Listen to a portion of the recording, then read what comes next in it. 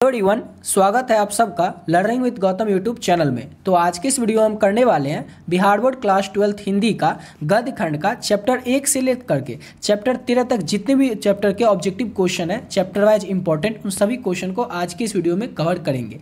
आप लोगों को पता ही होगा, आपके हिंदी का जो बुक है उसमें दो खंड है, एक है गद्य खंड और एक है काव्य खंड।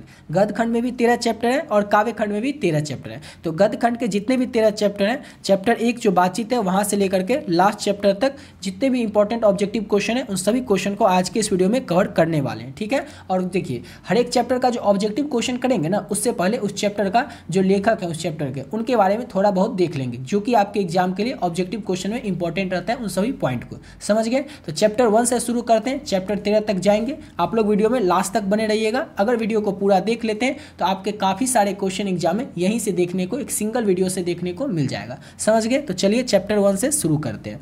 तो क्लास 12 हिंदी का चैप्टर 1 क्या है? तो चैप्टर 1 है हमारा बातचीत। और अगर सबसे पहले आपसे एग्जाम में पूछ ले कि बातचीत है क्या, तो याद रखना है निबंध है। पूछ ले कि बातचीत के लेखक कौन है, तो बातचीत के लेखक है बालकृष्ण भट्ट। अब आपसे पूछ ले कि बालकृष्ण के भट्ट जो है, जो बातचीत पाठ के लेखक है, इनका जन्म कब हुआ था, तो 23 जून 1844 को। बालकृष्ण भट्ट की मृत्यु कब हुई थी, तो 20 जुलाई 1914 को। उसके बाद इनका जन्म स्थान कहाँ है, यानी कि बालकृष्ण भट्ट का जन्म कहाँ हुआ था, तो इलाहाबाद उत्तर प्रदेश में बालकृष्ण भट्ट का जन्म हुआ था। इलाहाबाद जिसका कि नाम बदल कर अब प्रयागराज कर दिया गया है। अब आपसे पूछ ले कि बालकृष्ण भट्ट जो थे, इनकी माता का क्या नाम था, तो इनके माता का नाम था पार्वती देवी। ठीक है। अब पूछ ले कि बालकृष्ण भट्ट के पिता का नाम, तो बेनी प्रसाद भट्ट। 2021 में एक क्वेश्चन पूछा गया था कि बालकृष्ण भट्ट के जो पिता थे वो क्या थे, डॉक्टर थे, व्यापारी थे, किसान थे। तो याद रखना है बालकृष्ण भट्ट के जो पिता थे, यहाँ पर लिखे नहीं, आप लोग याद ऐसे ही कर लीजिएगा, व्यापारी थे। समझ गए। अब पूछेगा आपसे बालकृष्ण भट्ट जो थे ये किस युग के थे, तो भारतेंदु युग के थे। इतना जो सिंपल बात है बालकृष्ण भट्ट के बारे में वो आपको याद रखना है। समझ गए। अब शुरू कर लेते हैं इस चैप्टर के ऑब्जेक्टिव क्वेश्चन को। समझ गए। तो चलिए पहला क्वेश्चन है हमारा, कौन सा उपन्यास बालकृष्ण भट्ट के द्वारा रचित है। यानी 4 उपन्यास का नाम है, इसमें से आपको बताना है कि बालकृष्ण भट्ट के द्वारा कौन सा उपन्यास लिखा गया। मैला आंचल नहीं लिखा गया, मैला आंचल लिखा गया था फणीश्वर रात रेणु के द्वारा। गोदान किसके द्वारा लिखा गया था, तो गोदान लिखा गया था मुंशी प्रेमचंद के द्वारा। ऑप्शन नंबर सी हो जाएगा, 100 अजान और एक सुजान, ये लिखा गया था बालकृष्ण भट्ट के द्वारा। ऑप्शन नंबर सी हो जाएगा।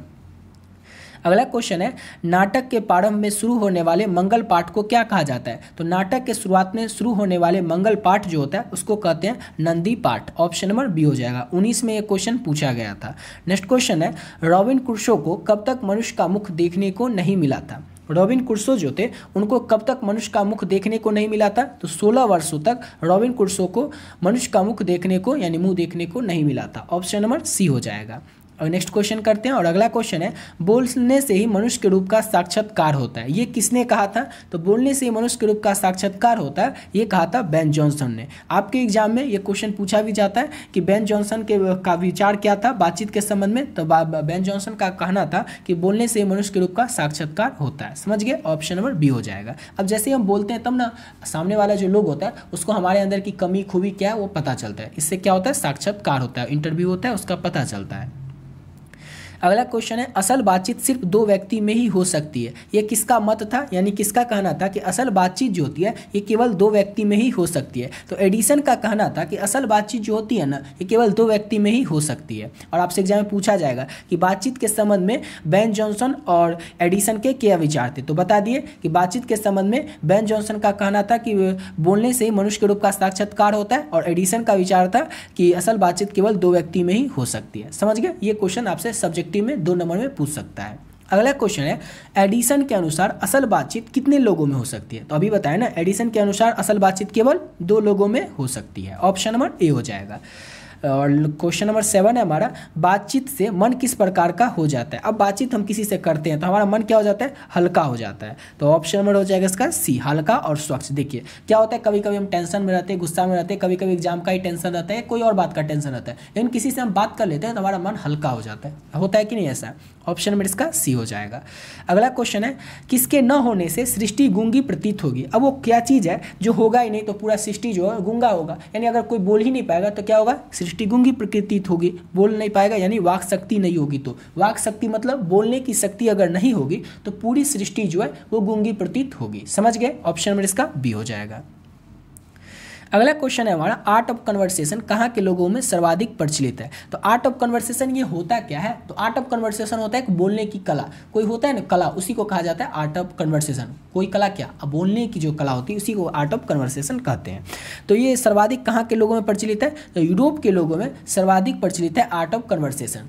आपसे एग्जाम में सब्जेक्टिव क्वेश्चन में पूछेगा ही कि आर्ट ऑफ कन्वर्सेशन किसे कहते हैं। तो बोलने की जो कला होती है जो कि यूरोप के लोगों में सबसे ज़्यादा प्रचलित है, उसी को हम लोग क्या कहते हैं, आर्ट ऑफ कन्वर्सेशन कहते हैं। देखिए हिंदी अगर आपको लिखना आता है ना, तो आप टेंशन छोड़ दीजिए कि आपसे एग्जाम में एक भी क्वेश्चन छूटने वाला है। सारा का सारा क्वेश्चन आपसे बन जाएगा। क्यों बन जाएगा, क्योंकि इतना सारा क्वेश्चन आपको करवाएंगे ना, ऑब्जेक्टिव सब्जेक्टिव, आपको याद हो जाएगा, समझ में आ जाएगा, आपको याद करना ही नहीं पड़ेगा, बस समझ में आ जाएगा, अपनी भाषा में आपको लोग बना के लिख दीजिएगा। जैसे आपको अभी बता दिए, आपसे एग्जाम में फिक्स है 2 क्वेश्चन जो भी एक ऊपर बताएं, एक बात एडिशन वाला और बेन जॉनसन वाला, उस दोनों का मिला करके एक ही क्वेश्चन वो होगा। और एक क्वेश्चन ये कि आर्ट ऑफ कन्वर्सेशन क्या होता है। ये 2 क्वेश्चन में से एक क्वेश्चन फिक्स है कि पूछेगा ही आपके एग्जाम में, तो दोनों को अच्छे से याद कर लीजिएगा। आर्ट ऑफ कन्वर्सेशन समझ गए कि बोलने की जो कला होती है जो कि यूरोप के लोगों में सबसे ज़्यादा प्रचलित है, उसे हम क्या कहते हैं, आर्ट ऑफ कन्वर्सेशन कहते हैं।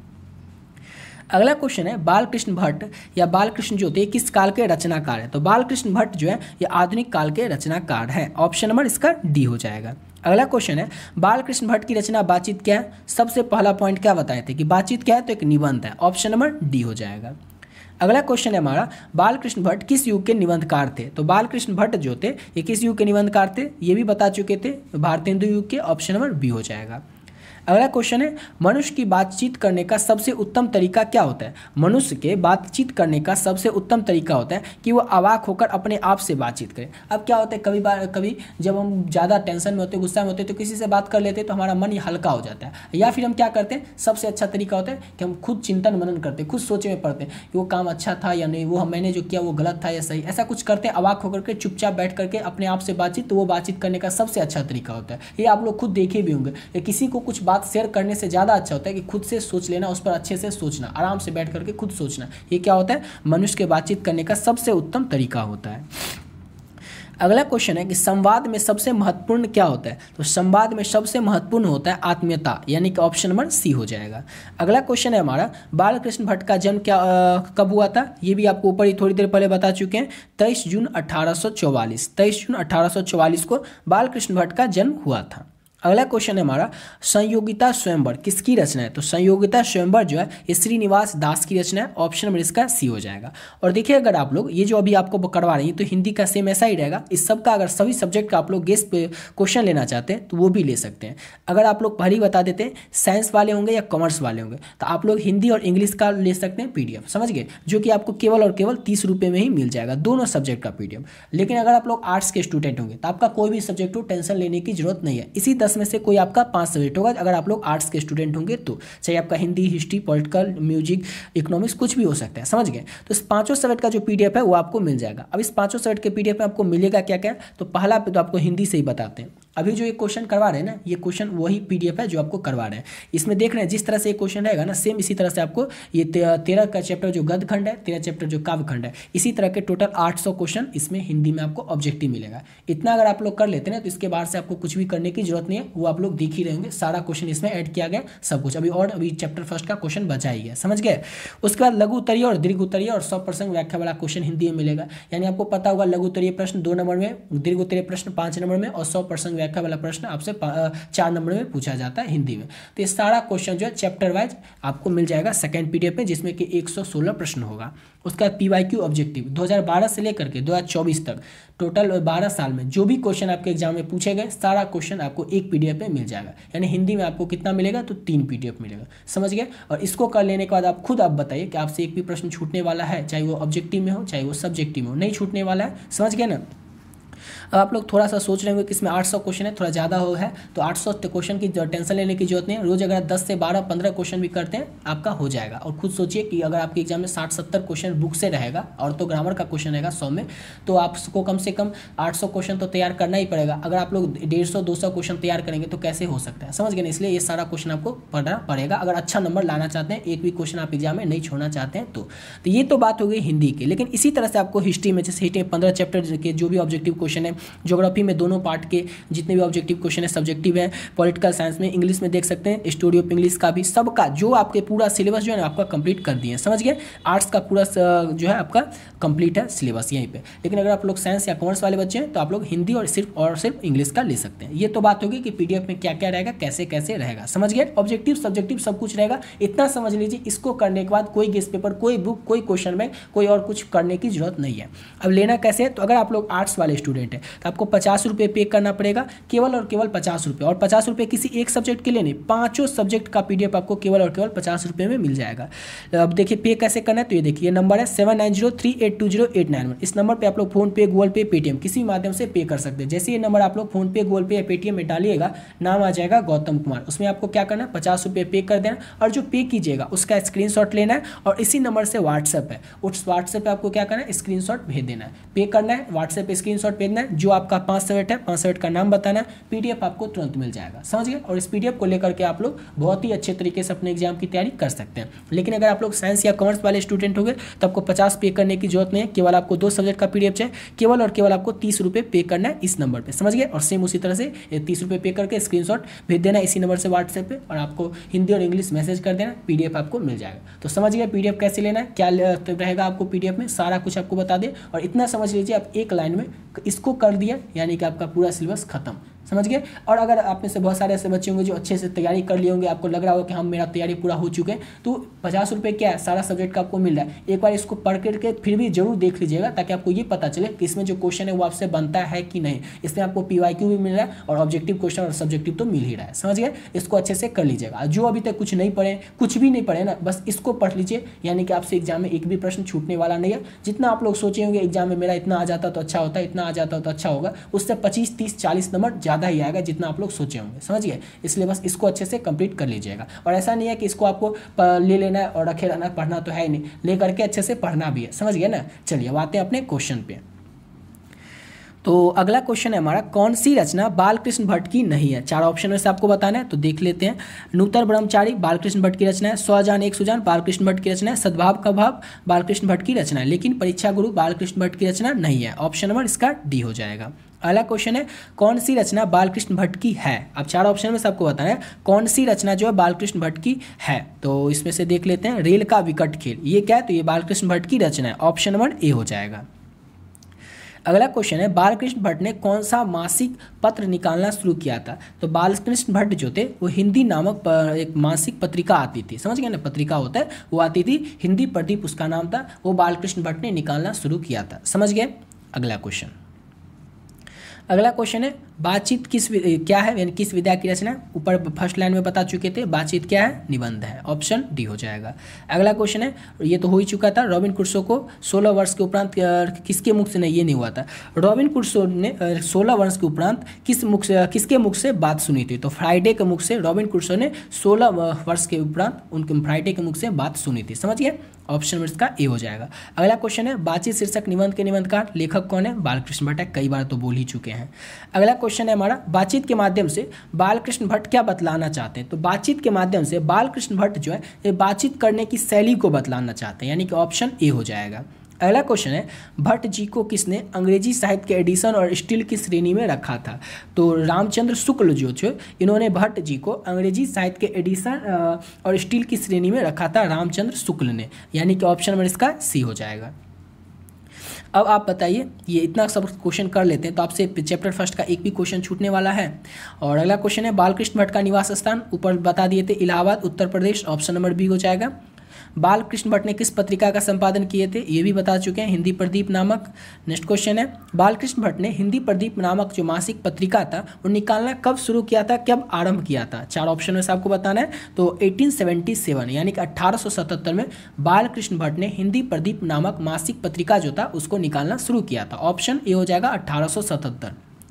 अगला क्वेश्चन है, कौन सी रचना, यहाँ पर रचना लिखा है लेकिन यहाँ पर क्या होगा, रचना, कौन सी रचना बालकृष्ण भट्ट के द्वारा रचित नहीं है। कौन सी रचना नहीं है, पद्मावती है ही बालकृष्ण भट्ट के द्वारा रचित, वेनी सहार भी है, मेघनाथ भी, बद्वी भी है, यानी कि ऑप्शन नंबर सी हो जाएगा। मेघदूतम जो है ये बालकृष्ण भट्ट के द्वारा रचित नहीं है, यानी कि ऑप्शन क्या हो जाएगा, तो सी हो जाएगा।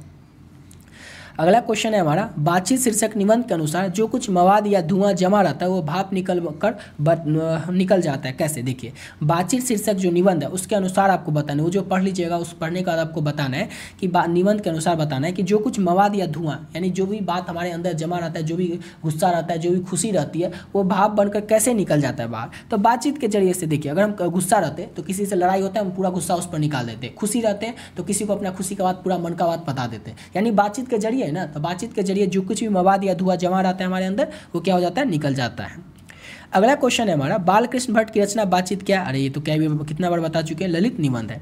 यानी कि यहाँ 30 क्वेश्चन आपको बताएं, चैप्टर फर्स्ट यहाँ पर हो जाता है आपका कंप्लीट। अब आप खुद सोच के बताइए कि इसके बाहर से एक भी क्वेश्चन रह सकता है? नहीं रह सकता है ना। जितना क्वेश्चन आएगा सारा का सारा क्वेश्चन यहीं से रहेगा, और सेम इसी तरह से जितना चैप्टर है सभी का इसी तरह से आपको मिल जाएगा। समझ गए? PDF जो आपको बताएं उसमें सेम इसी तरह से रहेगा।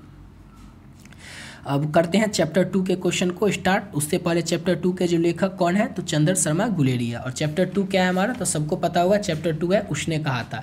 उसने कहा था सबको पता है क्या है, तो एक कहानी है। इस कहानी के लेखक चंद्र शर्मा गुलेरी। चंद्र शर्मा गुलेरी का जन्म 7 जुलाई 1883 को, मृत्यु 12 सितंबर 1922 को। समझ गए? चंद्र शर्मा गुलेरी का जन्म स्थान कहाँ है, तो चंद्र शर्मा गुलेरी का जो जन्म हुआ था, तो चंद्र शर्मा गुलेरी का जन्म हुआ था जयपुर राजस्थान में।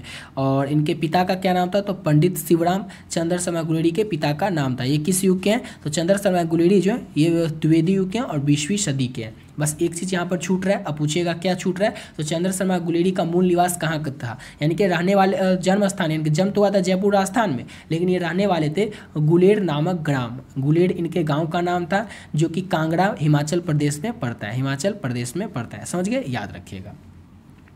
तो चैप्टर 2 के बारे में थोड़ा सा इतना लेखक के बारे में समझ गए। अब यहाँ से क्या शुरू कर लेते हैं, तो क्वेश्चन को शुरू कर लेते हैं। समझ गए?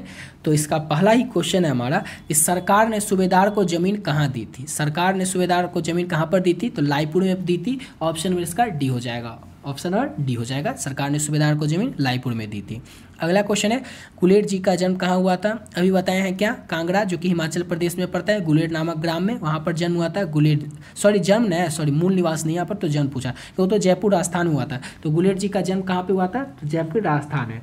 और इनका जो मूल निवास था वो है कांगड़ा हिमाचल प्रदेश, रहने वाले थे कांगड़ा हिमाचल प्रदेश के, लेकिन जन्म हुआ था जयपुर राजस्थान में।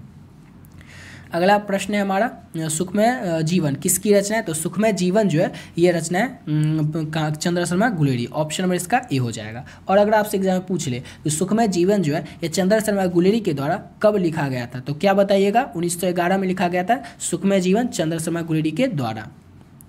अगला क्वेश्चन करते हैं, और नेक्स्ट क्वेश्चन है हमारा, उसने कहा था कहानी कब प्रकाशित हुई थी? Very very very important question कि कब प्रकाशित हुई थी। 1915 में प्रकाशित हुई थी उसने कहा था कहानी, जो कि चंद्र शर्मा गुलेरी के द्वारा लिखी गई थी। अगला प्रश्न है हमारा, कछुआ धर्म किसकी कृति है? तो कछुआ धर्म जो है ये चंद्र शर्मा गुलेरी की ही कृति है। ऑप्शन नंबर इसका डी हो जाएगा। अगला क्वेश्चन है, पुरानी हिंदी रचना, यानी ये पुरानी हिंदी जो है किसकी रचना है? तो चंद्र शर्मा गुलेरी की ही रचना है पुरानी हिंदी। देखिए अभी तो आपको पता चल रहा होगा कि चैप्टर 2 की बात चल रही है। चैप्टर 2 के लेखक उसने कहा था कि लेखक है चंद्र शर्मा गुलेरी, तो उनके बारे में ही बात होगी ना, तो इससे आप अंदाजा लगा लेंगे कि पुरानी हिंदी के रचनाकार कौन है, चंद्र शर्मा गुलेरी। लेकिन एग्जाम में क्वेश्चन तो नहीं रहेगा, एग्जाम में तो क्वेश्चन मिक्स टाइप का रहेगा, इसलिए अच्छे से याद रखना है। समझिए ना, यहाँ पर आपको लग रहा है तो ईजी आप बता देंगे चंद्र शर्मा गुलेरी, लेकिन एग्जाम में तो याद रखना पड़ेगा, इसलिए याद रखिएगा। समझ गए? PDF जो ऊपर आपको बताया उसको लेकर के उसको बार बार रिविजन करते रहिएगा। अगला क्वेश्चन है हमारा, नेक्स्ट क्वेश्चन, कौन सा निबंध गुलेरी रचित नहीं है? सिंपल सा क्वेश्चन है, कौन सा निबंध है 4 निबंध में से जो कि चंद्र शर्मा गुलेरी के द्वारा रचित नहीं है? तो देख लेते हैं। पहला है देवान प्रिय, चंद्र शर्मा गुलेरी के द्वारा लिखा गया था। पुरानी हिंदी भी चंद्र शर्मा गुलेरी के द्वारा लिखा गया था, लेकिन मजदूरी और प्रेम ये चंद्र शर्मा गुलेरी के द्वारा नहीं लिखा गया था। यानी कौन सा निबंध जो है वो गुलेरी रचित नहीं है, तो मजदूरी और प्रेम। अगला क्वेश्चन है हमारा, कुरमाई का क्या अर्थ होता है? ये क्वेश्चन तो कितनी बार पूछा जा चुका है, 2022 में पूछा गया था ये क्वेश्चन, साइंस वाले में पूछा गया था। 2022 के साइंस वाला में ये प्रश्न पूछा गया था, कुरमाई का क्या अर्थ होता है? तो कुरमाई का अर्थ होता है मंगनी करना। समझ गया? वो जो लहना सिंह रहता है वो लड़की से बार बार क्या पूछ लेता है, सिख लड़की से, तुम्हारी कुरमाई हो गई, तुम्हारी कुरमाई हो गई। समझ ही गए होंगे आप लोग। अगला क्वेश्चन है, बोधा सिंह कौन था? तो बोधा सिंह कौन था? तो बोधा सिंह था सूबेदार हजारा सिंह का बेटा। लहना सिंह जो मामा के यहाँ जाता है, वहाँ पर जो बचपन में जिस लड़की से मिलता है और उस लड़की की जो बड़ी होती है लड़की और शादी हो जाता है, तो सूबेदार हजारा सिंह से, यानी जो लड़की रहती है सिख लड़की और सूबेदार हजारा सिंह, इस दोनों का बेटा कौन होता है? तो बोधा सिंह। समझ गए? या सिंपल में याद रखिएगा, सूबेदार हजारा सिंह का बेटा। और सूबेदार हजारा सिंह की पत्नी वही रहती है जो लड़की बचपन में लहना सिंह से मिली रहती है, सिख लड़की। समझ गए। चलिए अगला क्वेश्चन, और अगला क्वेश्चन है हमारा चंद्रशर्मा गुलेरी की कहानी कौन सी है। ये तो बोलने की जरूरत नहीं है, समझ ही गए होंगे, उसने कहा था। लेकिन यहाँ पर अगर आपसे पूछ ले जूठन के लेखक कौन है तो ओम प्रकाश वाल्मीकि है। रोज कहानी के लेखक कौन है तो सच्चिदानंद हीरानंद वात्सल अज्ञे हैं। त्रिच कहानी के लेखक कौन है तो उदय प्रकाश है। सबको याद रखिएगा। अगला क्वेश्चन है हमारा, उसने कहा था कहानी में किस शहर का चित्रण किया गया। तो उसने कहा था कहानी जो है इसमें जो लहना सिंह रहता है वो अपने मामा के यहाँ जाता है, कहाँ पे तो अमृतसर में। समझ गए, तो अमृतसर के शहर का चित्रण किया गया, उसने कहा था कहानी में। अगला क्वेश्चन है लहना सिंह के गांव का क्या नाम होता है तो माझे नाम होता है लहना सिंह के गांव का, यानी ऑप्शन नंबर इसका बी हो जाएगा। ठीक है। अगला क्वेश्चन है लहना सिंह किस पद पर था तो लहना सिंह जो था ये था जमादार के पद पर, ऑप्शन नंबर इसका सी हो जाएगा। लहना सिंह जमादार के पोस्ट पर था। अगला क्वेश्चन है लहना सिंह की मृत्यु किसकी गोद में हुई थी। लास्ट में आप लोग जानते ही होंगे, कहानी अगर पढ़े होंगे तो लहना सिंह की जो मृत्यु थी उस समय लहना सिंह का जो गोद था वो वजीरा सिंह की, लहना सिंह का जो सर था वो वजीरा सिंह की गोद में था। समझ गए, ऑप्शन नंबर बी हो जाएगा। अगला क्वेश्चन है पलटन का विदूषक कौन था। मोस्ट इंपॉर्टेंट क्वेश्चन 2021 में पूछा गया था। पलटन का विदूषक कौन था, वजीरा सिंह जो था ये पलटन का विदूषक था। ऑप्शन नंबर इसका सी हो जाएगा। अगला क्वेश्चन है सूबेदार हजारा सिंह के लड़के का नाम, अभी ऊपर देख चुके हैं बोधा सिंह का, अभी तो बोधा सिंह किसका लड़का था तो वो था बोधा सिंह सूबेदार हजारा सिंह का, और उसी क्वेश्चन को उल्टा कर दिया कि सूबेदार हजारा सिंह के लड़के का नाम तो बोधा सिंह ये होगा ना, यानी ऑप्शन नंबर ए हो जाएगा। अगला क्वेश्चन कर लेते हैं। नेक्स्ट क्वेश्चन है भारतीय सिपाहियों का किसके साथ संघर्ष हुआ था तो भारतीय सिपाही जो थे उनका संघर्ष हुआ था जर्मनों के साथ, जर्मनी के साथ हुआ था भारतीय सिपाहियों का संघर्ष। समझ गए, ऑप्शन नंबर इसका डी हो जाएगा। अगला क्वेश्चन है जर्मन लप्टन को किसने मार गिराया। जर्मन लप्टन जो था उसको किसने मार गिराया था तो जर्मन लप्टन को जो है लहना सिंह ने मार गिराया था। ऑप्शन नंबर इसका सी हो जाएगा। अगला क्वेश्चन है सिख राइफल के जमादार लहना सिंह का नंबर कितना था। इंपॉर्टेंट क्वेश्चन याद रखेंगे, 77 था सिख राइफल के जमादार लहना सिंह का नंबर। कौन सी कहानी चंद्रशर्मा गुलेरी की लिखी हुई नहीं है, क्या पूछ रहा है, नहीं है। तो कफन जो है ये किसके द्वारा लिखा गया था तो कफन लिखा गया था मुंशी प्रेमचंद के द्वारा।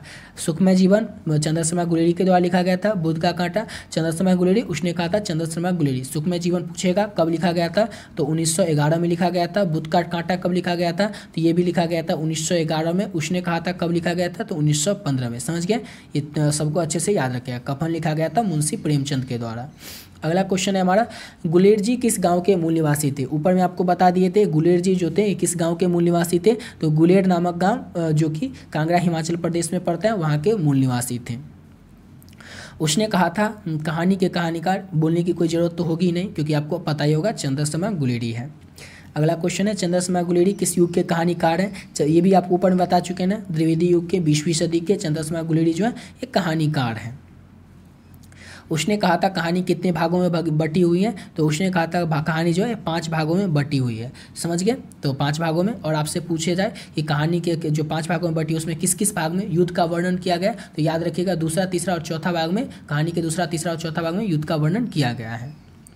अगला क्वेश्चन है हमारा चंद्रशर्मा गुलेरी का जन्म कब हुआ था, बता चुके हैं ना, बताइए आप लोग चंद्रशर्मा गुलेरी का जन्म तो 7 जुलाई 1883, ऑप्शन नंबर सी हो जाएगा। अगला क्वेश्चन लहना सिंह किस कहानी का पात्र है तो लहना सिंह आपको पता ही होगा, उसने कहा था कहानी का पात्र है, ये सब तो आपको पता ही होगा, सिंपल क्वेश्चन है। उसने कहा था किस प्रकार की कहानी है, इंपॉर्टेंट क्वेश्चन है, याद रखिएगा। ये क्वेश्चन आपको बता देते 2016 में आ चुका है, 2014 में आ चुका है लगातार। तो उसने कहा था जो है चरित्र प्रधान कहानी है, ऑप्शन नंबर इसका हो जाएगा ए। ठीक है, अब अगला क्वेश्चन करते हैं। इसका ऑप्शन नंबर ए ही होगा, चरित्र प्रधान, क्रम प्रधान नहीं होगा। अगला क्वेश्चन है पुरानी हिंदी रचना किसकी है तो पुरानी हिंदी रचना जो है ये चंद्रशर्मा गुलेरी की है, ऑप्शन नंबर इसका सी हो जाएगा। और इसके बाद और एक और चीज़ आपको बता दें, वैसे चरित्र प्रधान बता दिए लेकिन कहीं पर अगर आपको ऑप्शन मिल जाए कि चरित्र और कर्म प्रधान और यहाँ पर है ऑप्शन में सी दोनों, तो दोनों आप लगा सकते हैं। समझ गए, चलिए अगला क्वेश्चन करते हैं। और अगला क्वेश्चन है पुरानी हिंदी रचना किसकी है तो बता ही दिए चंद्रशर्मा गुलेरी की रचना है पुरानी हिंदी। अगला क्वेश्चन, और अगला क्वेश्चन है हमारा कीरत सिंह कौन था। अब कीरत सिंह कौन आ गया, ये नया बंदा, तो आप कहानी पढ़ेंगे तो पता होगा कीरत सिंह जो था ये लहना सिंह का भतीजा था, ऑप्शन नंबर इसका बी हो जाएगा। अगला क्वेश्चन है बचपन में लहना सिंह लड़की से बार बार कौन सा प्रश्न पूछता था तो यही पूछता था, लड़की से बार बार पूछता था लहना सिंह तेरी कुर्माई हो गई, तेरी कुर्माई हो गई, यानी कि तेरी सगाई हो गई, तेरी सगाई हो गई। लड़की कौन सा जवाब देती थी तो लड़की कहती थी धत और चली जाती थी। समझ गए, बिना फेरे घोड़ा बिगड़ता और बिना लड़े सिपाही, इंपॉर्टेंट क्वेश्चन है, याद रखिएगा। यह पंक्ति किस कहानी से, तो यहाँ पर तो आप हमको बता ही दीजिएगा कि ये उसने कहा था कहानी से लिया गया लाइन को, लेकिन जैसे एग्जाम में जाएगा क्वेश्चन मिक्स टाइप का रहेगा, भूल जाएगा। तो याद रखना है बिना फेरे घोड़ा बिगड़ता है और बिना बिना लड़े सिपाही, तो किस कहानी का है? उसने कहा था कहानी का है। कौन सी कहानी चंद्रशर्मा गुलेरी की नहीं है? कितना बार ये सब तो देख चुके हैं। सुखमय जीवन चंद्रशर्मा गुलेरी की कहानी है। बुद्ध का कांटा चंद्रशर्मा गुलेरी, उसने कहा था चंद्रशर्मा गुलेरी। तिरिच उदय प्रकाश, यानी कि ऑप्शन नंबर इसका बी हो जाएगा। तिरिच जो है ये चंद्रशर्मा गुलेरी की कहानी नहीं है। अगला क्वेश्चन, लप्टन साहब सूबेदार को कितने आदमी खंदक में छोड़कर जाने को कहता है? तो लप्टन साहब जो होते हैं वो सूबेदार को 10 आदमी खंदक में छोड़कर जाने को कहता है।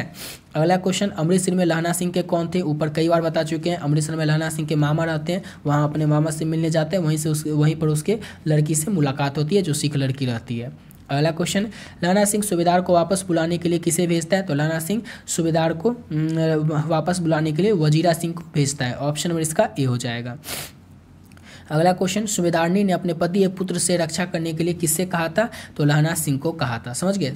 सूबेदारनी जो रहती है जो कि सिख, देखिए सिंपल सा क्वेश्चन, लहना सिंह अपने मामा यहाँ जाता है बचपन में, वहाँ पर उसको एक लड़की मिलती है, लड़की से बातचीत होता है, फिर लड़की बोलती है मेरी कुर्माई होगी, लहना सिंह अपने घर, लड़की अपने घर। आज बहुत सालों बाद लहना सिंह जो है वो जो है जमादार के पोस्ट पर रहता है और उसके जो सीनियर रहते हैं उसके यहाँ जाता है, वहीं पर उस लड़की से मुलाकात होता है, तो देखता रहे ये तो वही लड़की जिसे कई सालों पहले बचपन में लेते, वो जो लड़की रहती है वो आज तो सूबेदारनी बन जाती है। तो वही सूबेदारनी कहती है कि तुम मेरे पति और मेरे बेटे की रक्षा करना युद्ध जब भी हो। तो सिंपल सा कहानी था, समझ गए ना।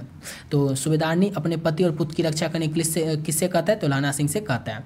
और आपसे पूछा जाए कि कहानी का नायक कौन है? उसने कहा था कहानी का नायक कौन है? तो लहना सिंह। मेन पात्र यही लहना सिंह है, ये सब तो सपोर्टिंग पात्र है, समझ गए। इस पर एक मूवी भी बन चुकी है, यूट्यूब पर आप होगा देख सकते हैं। लहना सिंह जो उसने कहा था इसका एक मूवी भी है, बन चुका है, जिसके मूवी के जो डायरेक्टर थे, फिल्मकार थे, उनका नाम था विमल राय। और अगला क्वेश्चन, विमल कभी कभी पूछ भी सकता है शायद कि जो प्रसिद्ध फिल्म इस कहानी पर बन चुकी है उसके डायरेक्टर कौन थे? तो विमल राय। और जब आप लोग अब लेखक परिचय उल्टाइएगा तो उसका पेज नंबर 19, हाँ 19 पेज नंबर में आप लोग देखिएगा, सेकंड जो पेज होगा, फर्स्ट पेज जो होगा उसमें चंद्रशर्मा गुलेरी के बारे में होगा, और 19 नंबर पेज जो होगा उसमें देखिएगा शर्मा गुलेरी का जो लेखक परिचय उसमें विमल राय लिखा होगा, डायरेक्टर का नाम भी। तो अब अगला क्वेश्चन करते हैं। और अगला क्वेश्चन है, लहना सिंह का सिर अपनी गोद में लेकर कौन बैठा था? ऊपर देख चुके हैं, लहना सिंह का सिर जो है कोई वजीरा सिंह अपनी गोद में लेकर बैठा था। ऑप्शन सी हो जाएगा। लहना सिंह के मामा कहाँ रहने वाले थे? सेम क्वेश्चन को बार बार घुमा रहा है, अमृतसर के रहने वाले थे। अगला क्वेश्चन, और यहाँ तक कंप्लीट हो जाता है हमारा क्या? तो चैप्टर 2 कंप्लीट। अब बताइए चैप्टर 2 तक में कहीं से कोई प्रश्न पूछेगा तो कोई प्रॉब्लम तो नहीं आने वाला आप लोगों को, समझ गए। अब चैप्टर 3 शुरू कर लेते हैं। और चैप्टर 3 क्या हमारा? तो चैप्टर 3 है हमारा संपूर्ण क्रांति। थोड़ा सा संपूर्ण क्रांति के बारे में आपको बता दें, क्योंकि चैप्टर से पहले अगर थोड़ा चैप्टर के बारे में हमें पता हो ना कि उसमें क्या पढ़ने वाले हैं तो थोड़ा सा हमें आसानी होती है। तो सिंपल सा समझिए कि चैप्टर 3 का नाम है संपूर्ण क्रांति और एक भाषण है। तो जयप्रकाश नारायण के द्वारा भाषण दिया गया था, और कहाँ पर दिया गया था? तो 5 जून को दिया गया था। और कहाँ पर? तो अपना पटना में ही दिया गया था, और जो कि दिया गया था 5 जून 1974 को, समझ गए। उस समय दिया गया था जयप्रकाश नारायण के द्वारा। और ये भाषण बहुत बड़ा था, उतना भाषण का पूरा जो बात बोले थे वो पूरा बात तो नहीं लिखा हुआ इस चैप्टर में, लेकिन उसका एक थोड़ा सा अंश होता है, यानी कि कोई कुछ पूरा एक आप भाषण बोला, उसका कोई बात अच्छा लगा तो उस बात को आप कहीं किसी के सामने बोलते हैं, कहीं कोई लिखता है, तो वैसे उस पूरा भाषण का जो थोड़ा सा अंश था ना उसी को इसमें लिया गया है, समझ गए, इस चैप्टर में लिया गया। तो थोड़ा सा समझ गया कि क्या चैप्टर में पढ़ना है, क्या किसके बारे में क्वेश्चन रहेगा। अब देख लेते हैं जयप्रकाश नारायण के बारे में। तो ये तो समझ के संपूर्ण क्रांति क्या है? तो भाषण है। तो जयप्रकाश नारायण जो है इनका जन्म 11 अक्टूबर 1902 को, मृत्यु 8 अक्टूबर 1979 को। जन्म स्थान की बात करें तो सीताब दियारा गांव में हुआ था, जो कि उत्तर प्रदेश के बलिया और बिहार के सारण जिले में फैला हुआ है। ये जो सीताब दियारा गांव है ये उत्तर प्रदेश के बलिया से लेकर के बिहार के सारण जिले में फैला हुआ है। उसके बाद माता की बात करें तो जयप्रकाश नारायण की माता का नाम था फूलन रानी देवी, और इनके पिता का नाम क्या था? तो जयप्रकाश नारायण के पिता का नाम क्या था? तो हर्षु दयाल था। ऑप्शन इसका हर्षु दयाल। पुकार का नाम की बात करें, और ये बहुत ही इंपॉर्टेंट पॉइंट है, ये आप कभी कॉम्पिटिटिव एग्जाम की तैयारी करेंगे उसमें भी पूछा जाता है कि लोकनायक के नाम से कौन प्रसिद्ध थे? तो जयप्रकाश नारायण जो थे बड़े होने पर लोकनायक के नाम से प्रसिद्ध हो गए थे, लेकिन बचपन में इनका नाम क्या था? बाउल था। यानी देखिए किसी का क्या होता है कि नाम तो होता है, मान लीजिए इनका नाम जयप्रकाश नारायण था, लेकिन बचपन में इनको प्यार से लोग क्या कहते थे? तो बाउल कहते थे, और जब ये बड़े हो गए तो लोकनायक के नाम से ये प्रसिद्ध हो गए थे, समझ गए। पत्नी की बात करें तो पत्नी जो थी इनकी वो थी प्रभावती देवी, जो कि प्रसिद्ध गांधीवादी ब्रज किशोर की पुत्री थी। 2021 में क्वेश्चन कैसे पूछा गया था कि जयप्रकाश नारायण के जो पत्नी थी उनके पिता का नाम क्या था? बताइए। इतना घुमा के पूछ लेगा तो हम भी घुमा के आपको बताएंगे और आपको याद करवाएंगे, इसलिए याद रखिएगा। ब्रज किशोर की पुत्री थी प्रभावती देवी, और प्रभावती देवी किसकी पत्नी थी? तो जयप्रकाश नारायण की। किस शताब्दी के थे? तो 20वीं शताब्दी के थे। कोई प्रॉब्लम यहाँ तक नहीं ना? तो चलिए अब शुरू कर लेते हैं यहाँ से क्वेश्चन को, चैप्टर 3 के क्वेश्चन को, समझ गए। चलिए, तो क्वेश्चन है हमारा जयप्रकाश नारायण का जन्म। तो जन्म तो आपको बता ही दिए कब है, तो 11 अक्टूबर 1902 को। ऑप्शन क्या हो जाएगा, तो ऑप्शन में इसका ए हो जाएगा। चलिए अगला क्वेश्चन कर लेते हैं। और अगला क्वेश्चन है हमारा जयप्रकाश नारायण की पत्नी का नाम क्या बताए थे आपको, Prabhavati Devi. Option number C हो जाएगा। किसकी पुत्री, ब्रजकिशोर प्रसाद की पुत्री थी प्रभावती देवी। अगला question, restrictions of Indian polity किसकी रचना है, पूछा जाएगा। रिस्ट्रिक्शंस ऑफ इंडियन पॉलिटी जो है ये किसकी रचना है, तो जयप्रकाश नारायण की रचना है रिस्ट्रिक्शंस ऑफ इंडियन पॉलिटी। समझ गए। चलिए अगला क्वेश्चन कर लेते हैं। और नेक्स्ट क्वेश्चन है प्रजा सोशलिस्ट पार्टी का गठन कब हुआ था। तो प्रजा सोशलिस्ट पार्टी जो है इसका गठन हुआ था 1952, 1952 में प्रजा सोशलिस्ट पार्टी का गठन हुआ था। अगला क्वेश्चन है हमारा जयप्रकाश नारायण को भारत रत्न की उपाधि कब दी गई थी। तो जयप्रकाश नारायण को भारत रत्न की जो उपाधि है ये 1998 यानी कि 1998 में जयप्रकाश नारायण को भारत रत्न की उपाधि दी गई थी। अगला क्वेश्चन, उर्वशी किसकी रचना है। तो उर्वशी जो है ये रामधारी सिंह दिनकर की रचना है। ऑप्शन नंबर ए हो जाएगा। अगला क्वेश्चन है माटी की मूर्ति रचना किसकी है। तो माटी की मूर्ति जो रचना है ये रचना है रामवृक्ष बेनीपुरी की। ऑप्शन नंबर बी हो जाएगा। अगला क्वेश्चन है दिनकर जी किसके लिए प्रसिद्ध थे। तो दिनकर जी जो थे साहित्यिक रचना के लिए प्रसिद्ध थे। अभी चैप्टर 3 के बाद चैप्टर 4 दिनकर जी का ही आने वाला है, अर्धनारीश्वर जो कि निबंध है। और अगला क्वेश्चन कर लेते हैं। तो 77 नंबर क्वेश्चन है हमारा जयप्रकाश नारायण को भारत की जनता किस नाम से याद करती थी। क्या ऊपर बताए थे आपको, लोकनायक के नाम से। लोक के नायक नाम से जयप्रकाश नारायण को भारत की जनता याद करती थी। अगला क्वेश्चन है जयप्रकाश नारायण ने संपूर्ण क्रांति वाला ऐतिहासिक भाषण कब और कहाँ दिया था। सबसे पहले ऊपर आपको क्या बताए थे, पटना के गांधी मैदान में 5 जून 1974 को जयप्रकाश नारायण ने संपूर्ण क्रांति वाला ऐतिहासिक भाषण दिया था, जिसमें कि लाखों की भीड़ लगी थी। लोग एकदम मंत्रमुग्ध होकर, मंत्रमुग्ध जो कहते हैं वो होकर सुन रहे थे आराम से भाषण। इतना ज़्यादा भीड़ आया था उस समय में, सोच सकते हैं 1974 में बहुत ज़्यादा भीड़ हुई थी। जबकि आज के ज़माने के जैसे सोशल मीडिया और कुछ नहीं था, अखबार के द्वारा ये सबको पता चला था भाषण होने वाला और सब लोग पहुँचे थे। तो अगला प्रश्न है हमारा जयप्रकाश नारायण के बचपन का नाम बताएं ना, बाउल। ऑप्शन नंबर इसका सी हो जाएगा। अगला क्वेश्चन है जयप्रकाश नारायण ने किस साल छात्र आंदोलन का नेतृत्व किया था। तो जयप्रकाश नारायण जो थे क्या ऊपर पढ़े थे, 1974 में किया था। 5 जून 1974 को तो भाषण दिया था, लेकिन उसी समय में छात्र आंदोलन का ये नेतृत्व भी किए थे। छात्र आंदोलन हुआ था, उसका नेतृत्वकर्ता कौन थे, तो जयप्रकाश नारायण थे। जयप्रकाश नारायण के पिता का नाम क्या बताए थे ऊपर, दीनदयाल, हर्षुदयाल, रामदयाल कि सर्वेश दयाल। तो हर्षुदयाल जयप्रकाश नारायण के पिताजी थे। ऑप्शन नंबर बी हो जाएगा। अगला क्वेश्चन है दल विहीन लोकतंत्र किसके मूल उद्देश्य में है। तो दल विहीन लोकतंत्र जो है ये मार्क्सवाद तथा लेनिनवाद के मुख्य उद्देश्यों में है, यानी कि ऑप्शन नंबर इसका बी हो जाएगा। अगला क्वेश्चन है जयप्रकाश नारायण का जन्म कहाँ हुआ था। ऊपर आपको बता चुके हैं सिताब दियारा गांव में, जो कि उत्तर प्रदेश के बलिया और बिहार के सारण जिले में फैला हुआ है। यहाँ पर जयप्रकाश नारायण का जन्म हुआ था। चलिए अगला क्वेश्चन अगला क्वेश्चन है, ये तो बोलने की जरूरत कुछ नहीं है मुझे। संपूर्ण क्रांति के रचनाकार कौन है, पता है, जयप्रकाश नारायण। अगला क्वेश्चन है किसने कहा अभी न जाने कितने मील इस देश की जनता को जाना है। इंपॉर्टेंट पॉइंट है, याद रखिएगा, कंफ्यूज नहीं होना है। ये लाइन बोला था जवाहरलाल नेहरू ने, न कि जयप्रकाश नारायण ने। यहाँ पर तो जयप्रकाश नारायण ऑप्शन में भी नहीं है, लेकिन एग्जामिनर जो है अगर एग्जाम में ये क्वेश्चन देगा तो ये फिक्स है कि वो ऑप्शन में जयप्रकाश नारायण भी देगा और आप कन्फ्यूज हो जाए इसलिए। लेकिन आपको कन्फ्यूज होने की जरूरत ही नहीं है, क्योंकि आप पढ़े होंगे। तो याद रखना है अभी न जाने कितने मील इस देश की जनता को जाना है, किसने कहा था, तो जवाहरलाल नेहरू ने। और नेक्स्ट क्वेश्चन है हमारा किस अस्पताल में दिनकर जी का निधन हुआ था। तो दिनकर जी का निधन हुआ था बिल्डिंग के नर्सिंग होम में। तो बिल्डिंग के नर्सिंग होम में रामधारी सिंह दिनकर जो थे उनका निधन हुआ था। अगला क्वेश्चन है जयप्रकाश नारायण को किसका दलाल कहा गया था। तो जयप्रकाश नारायण जो थे उनको अमेरिका का दलाल कहा गया था। ऑप्शन नंबर इसका डी हो जाएगा। अगला क्वेश्चन है जयप्रकाश नारायण के स्वास्थ्य पर निगरानी रखने वाले जो डॉक्टर थे, जयप्रकाश नारायण की जब स्वास्थ्य बिगड़ी थी और स्वास्थ्य पर निगरानी रखने वाले जो डॉक्टर थे उन डॉक्टर का नाम क्या था। बताइए, इतना डीपली क्वेश्चन पूछेगा और इसी तरह से पूछता भी है। तो डॉक्टर रहमान उस डॉक्टर का नाम था। अगला क्वेश्चन है हमारा जयप्रकाश जी को किसका भाषण सुनकर अमेरिका जाने की प्रेरणा मिली थी। तो जयप्रकाश नारायण जो थे उनको स्वामी सत्यदेव का भाषण सुनकर अमेरिका जाने की प्रेरणा मिली थी। ऑप्शन बी हो जाएगा। अगला प्रश्न है हमारा, फ्री प्रेस के मालिक कौन थे? फ्री प्रेस जो अखबार का प्रेस था उसके मालिक का नाम क्या था? तो उसके मालिक का नाम था Sadanand ji. Option number C हो जाएगा। जितना क्वेश्चन करवा रहे हैं सभी क्वेश्चन इंपॉर्टेंट है, तो अभी तो आप लोग समझ जाएंगे लेकिन बाद में भूल जाएंगे। पीडीएफ आपको ऊपर बता दें, उस पीडीएफ को लीजिएगा और उसको बार बार रिवीजन करते रहिएगा। इतना कर लिए, कोई कुछ guest paper book question bank पढ़ने की जरूरत नहीं है, बस इसी से आपका काम हो जाएगा। अगला क्वेश्चन है, ब्रेन ऑफ बॉम्बे किसे कहा जाता है? तो ब्रेन ऑफ बॉम्बे जो है ये उमा शंकर दीक्षित को कहा जाता है, brain of Bombay. Option A हो जाएगा। अगला क्वेश्चन है, जयप्रकाश नारायण ने आईएससी की परीक्षा कहाँ से पास की थी? तो जयप्रकाश नारायण ने आईएससी की जो परीक्षा है वो पटना कॉलेज से पास किया था। ऑप्शन नंबर ए हो जाएगा। अगला क्वेश्चन है हमारा, लेनिन की मृत्यु कब हुई थी? तो लेनिन की जो मृत्यु है ये 1924 में हुई थी। लेनिन की मृत्यु कब हुई थी? तो 1924 में। और अगर आपसे एग्जाम में पूछा जाए कि जयप्रकाश नारायण जो थे वो मार्क्सवादी कब बने थे? तो 1924 में लेनिन की मृत्यु भी हुई थी और 1924 में ही जयप्रकाश नारायण जो थे, जयप्रकाश जी जो थे वो मार्क्सवादी बने थे। दोनों का डेट सेम है, कन्फ्यूज नहीं होना है। अगला क्वेश्चन की बात करें तो नेक्स्ट क्वेश्चन है, फणेश्वर नाथ रेणु की पुस्तक। तो फणेश्वर नाथ रेणु जो है उनकी पुस्तक का नाम है मैला आंचल। मैला आंचल किसकी पुस्तक है? तो फणेश्वर नाथ रेणु की। अगला क्वेश्चन, 1974 में बिहार प्रदेश के मुख्यमंत्री कौन थे?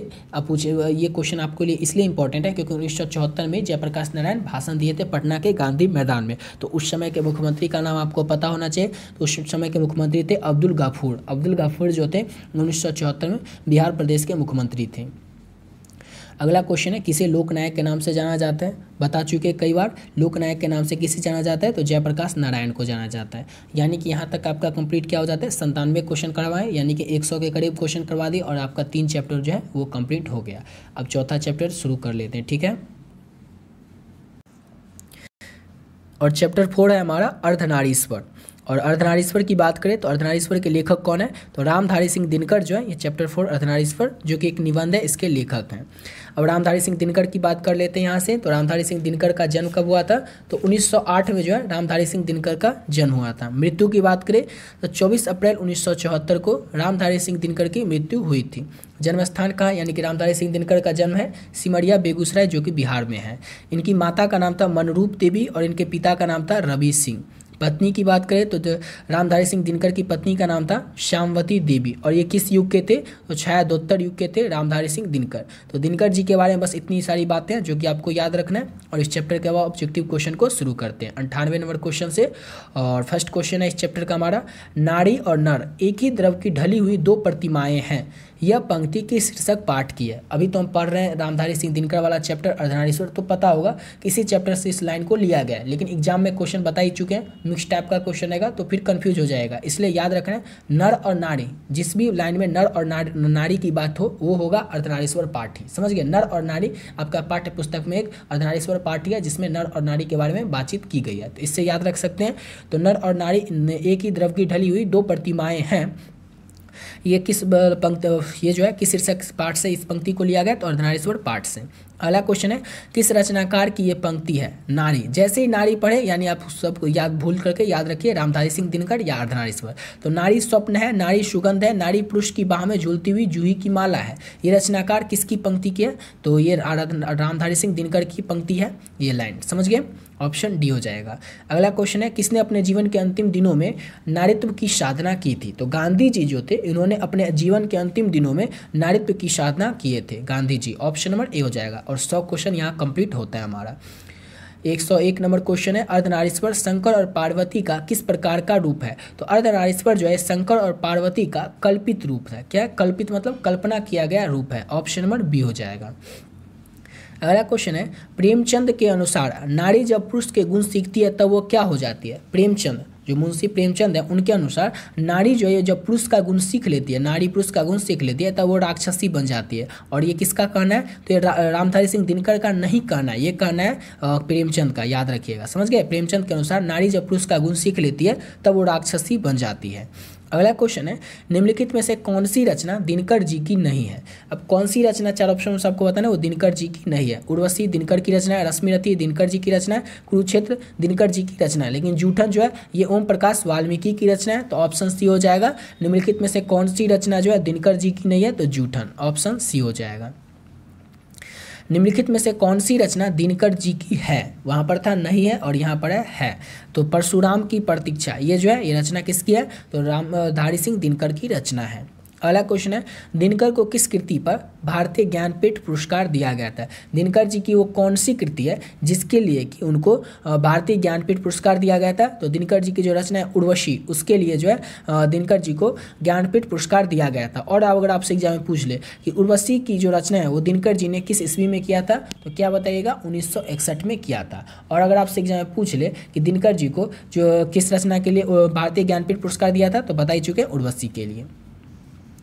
अगला क्वेश्चन कर लेते हैं और नेक्स्ट क्वेश्चन है हमारा, युद्ध और शांति की समस्या पर लिखी गई काव्य कृति किसकी है? तो युद्ध और शांति पर की समस्या पर लिखी गई जो काव्य कृति है वो है कुरुक्षेत्र, और कुरुक्षेत्र के लेखक पता ही होगा दिनकर जी हैं। समझ गए? अच्छे से याद रखिएगा। चलिए अगला क्वेश्चन कर लेते हैं और नेक्स्ट क्वेश्चन है हमारा, अर्धनारीश्वर कल्पित रूप है? तो अर्धनारीश्वर जो है ये शिव और पार्वती का कल्पित रूप है। ऑप्शन ए हो जाएगा। नेक्स्ट क्वेश्चन है हमारा, गंधारी थी? तो गंधारी सबको पता होगा, गंधारी कौन थी? तो दुर्योधन की माँ का नाम था गंधारी। अगला क्वेश्चन और नेक्स्ट क्वेश्चन है, प्रेमचंद्र थे? प्रेमचंद्र क्या थे? तो प्रेमचंद्र जो थे ये कथाकार थे। क्या थे? तो कथाकार थे प्रेमचंद्र। ऑप्शन बी हो जाएगा। अगला क्वेश्चन है, प्रेमचंद्र की रचना कौन सी है? 4 ऑप्शन से आपको बताना है। तो प्रेमचंद्र की जो रचना है ऑप्शन नंबर इसका हो जाएगा बी, पुष की रात। पुष की रात किसकी रचना है? तो प्रेमचंद्र की रचना है। ऑप्शन बी हो जाएगा। दिनकर का जन्म कब हुआ था? तो रामधारी सिंह दिनकर का जन्म 23 सितंबर 1908 को हुआ था। ऑप्शन ए हो जाएगा। कहाँ पर हुआ था? तो बता चुके सिमरिया बेगूसराय बिहार में। दिनकर किस युग के हैं कवि? तो आपको ऊपर ही बता दिए थे, दिनकर जो है छायादोत्तर युग के। छायावादी नहीं बोलना है, छायादोत्तर बोलना है, क्योंकि कन्फ्यूज हो जाएगा। छायावादी गलत, छायादोत्तर सही। दिनकर किस युग के हैं? तो छायादोत्तर युग के हैं।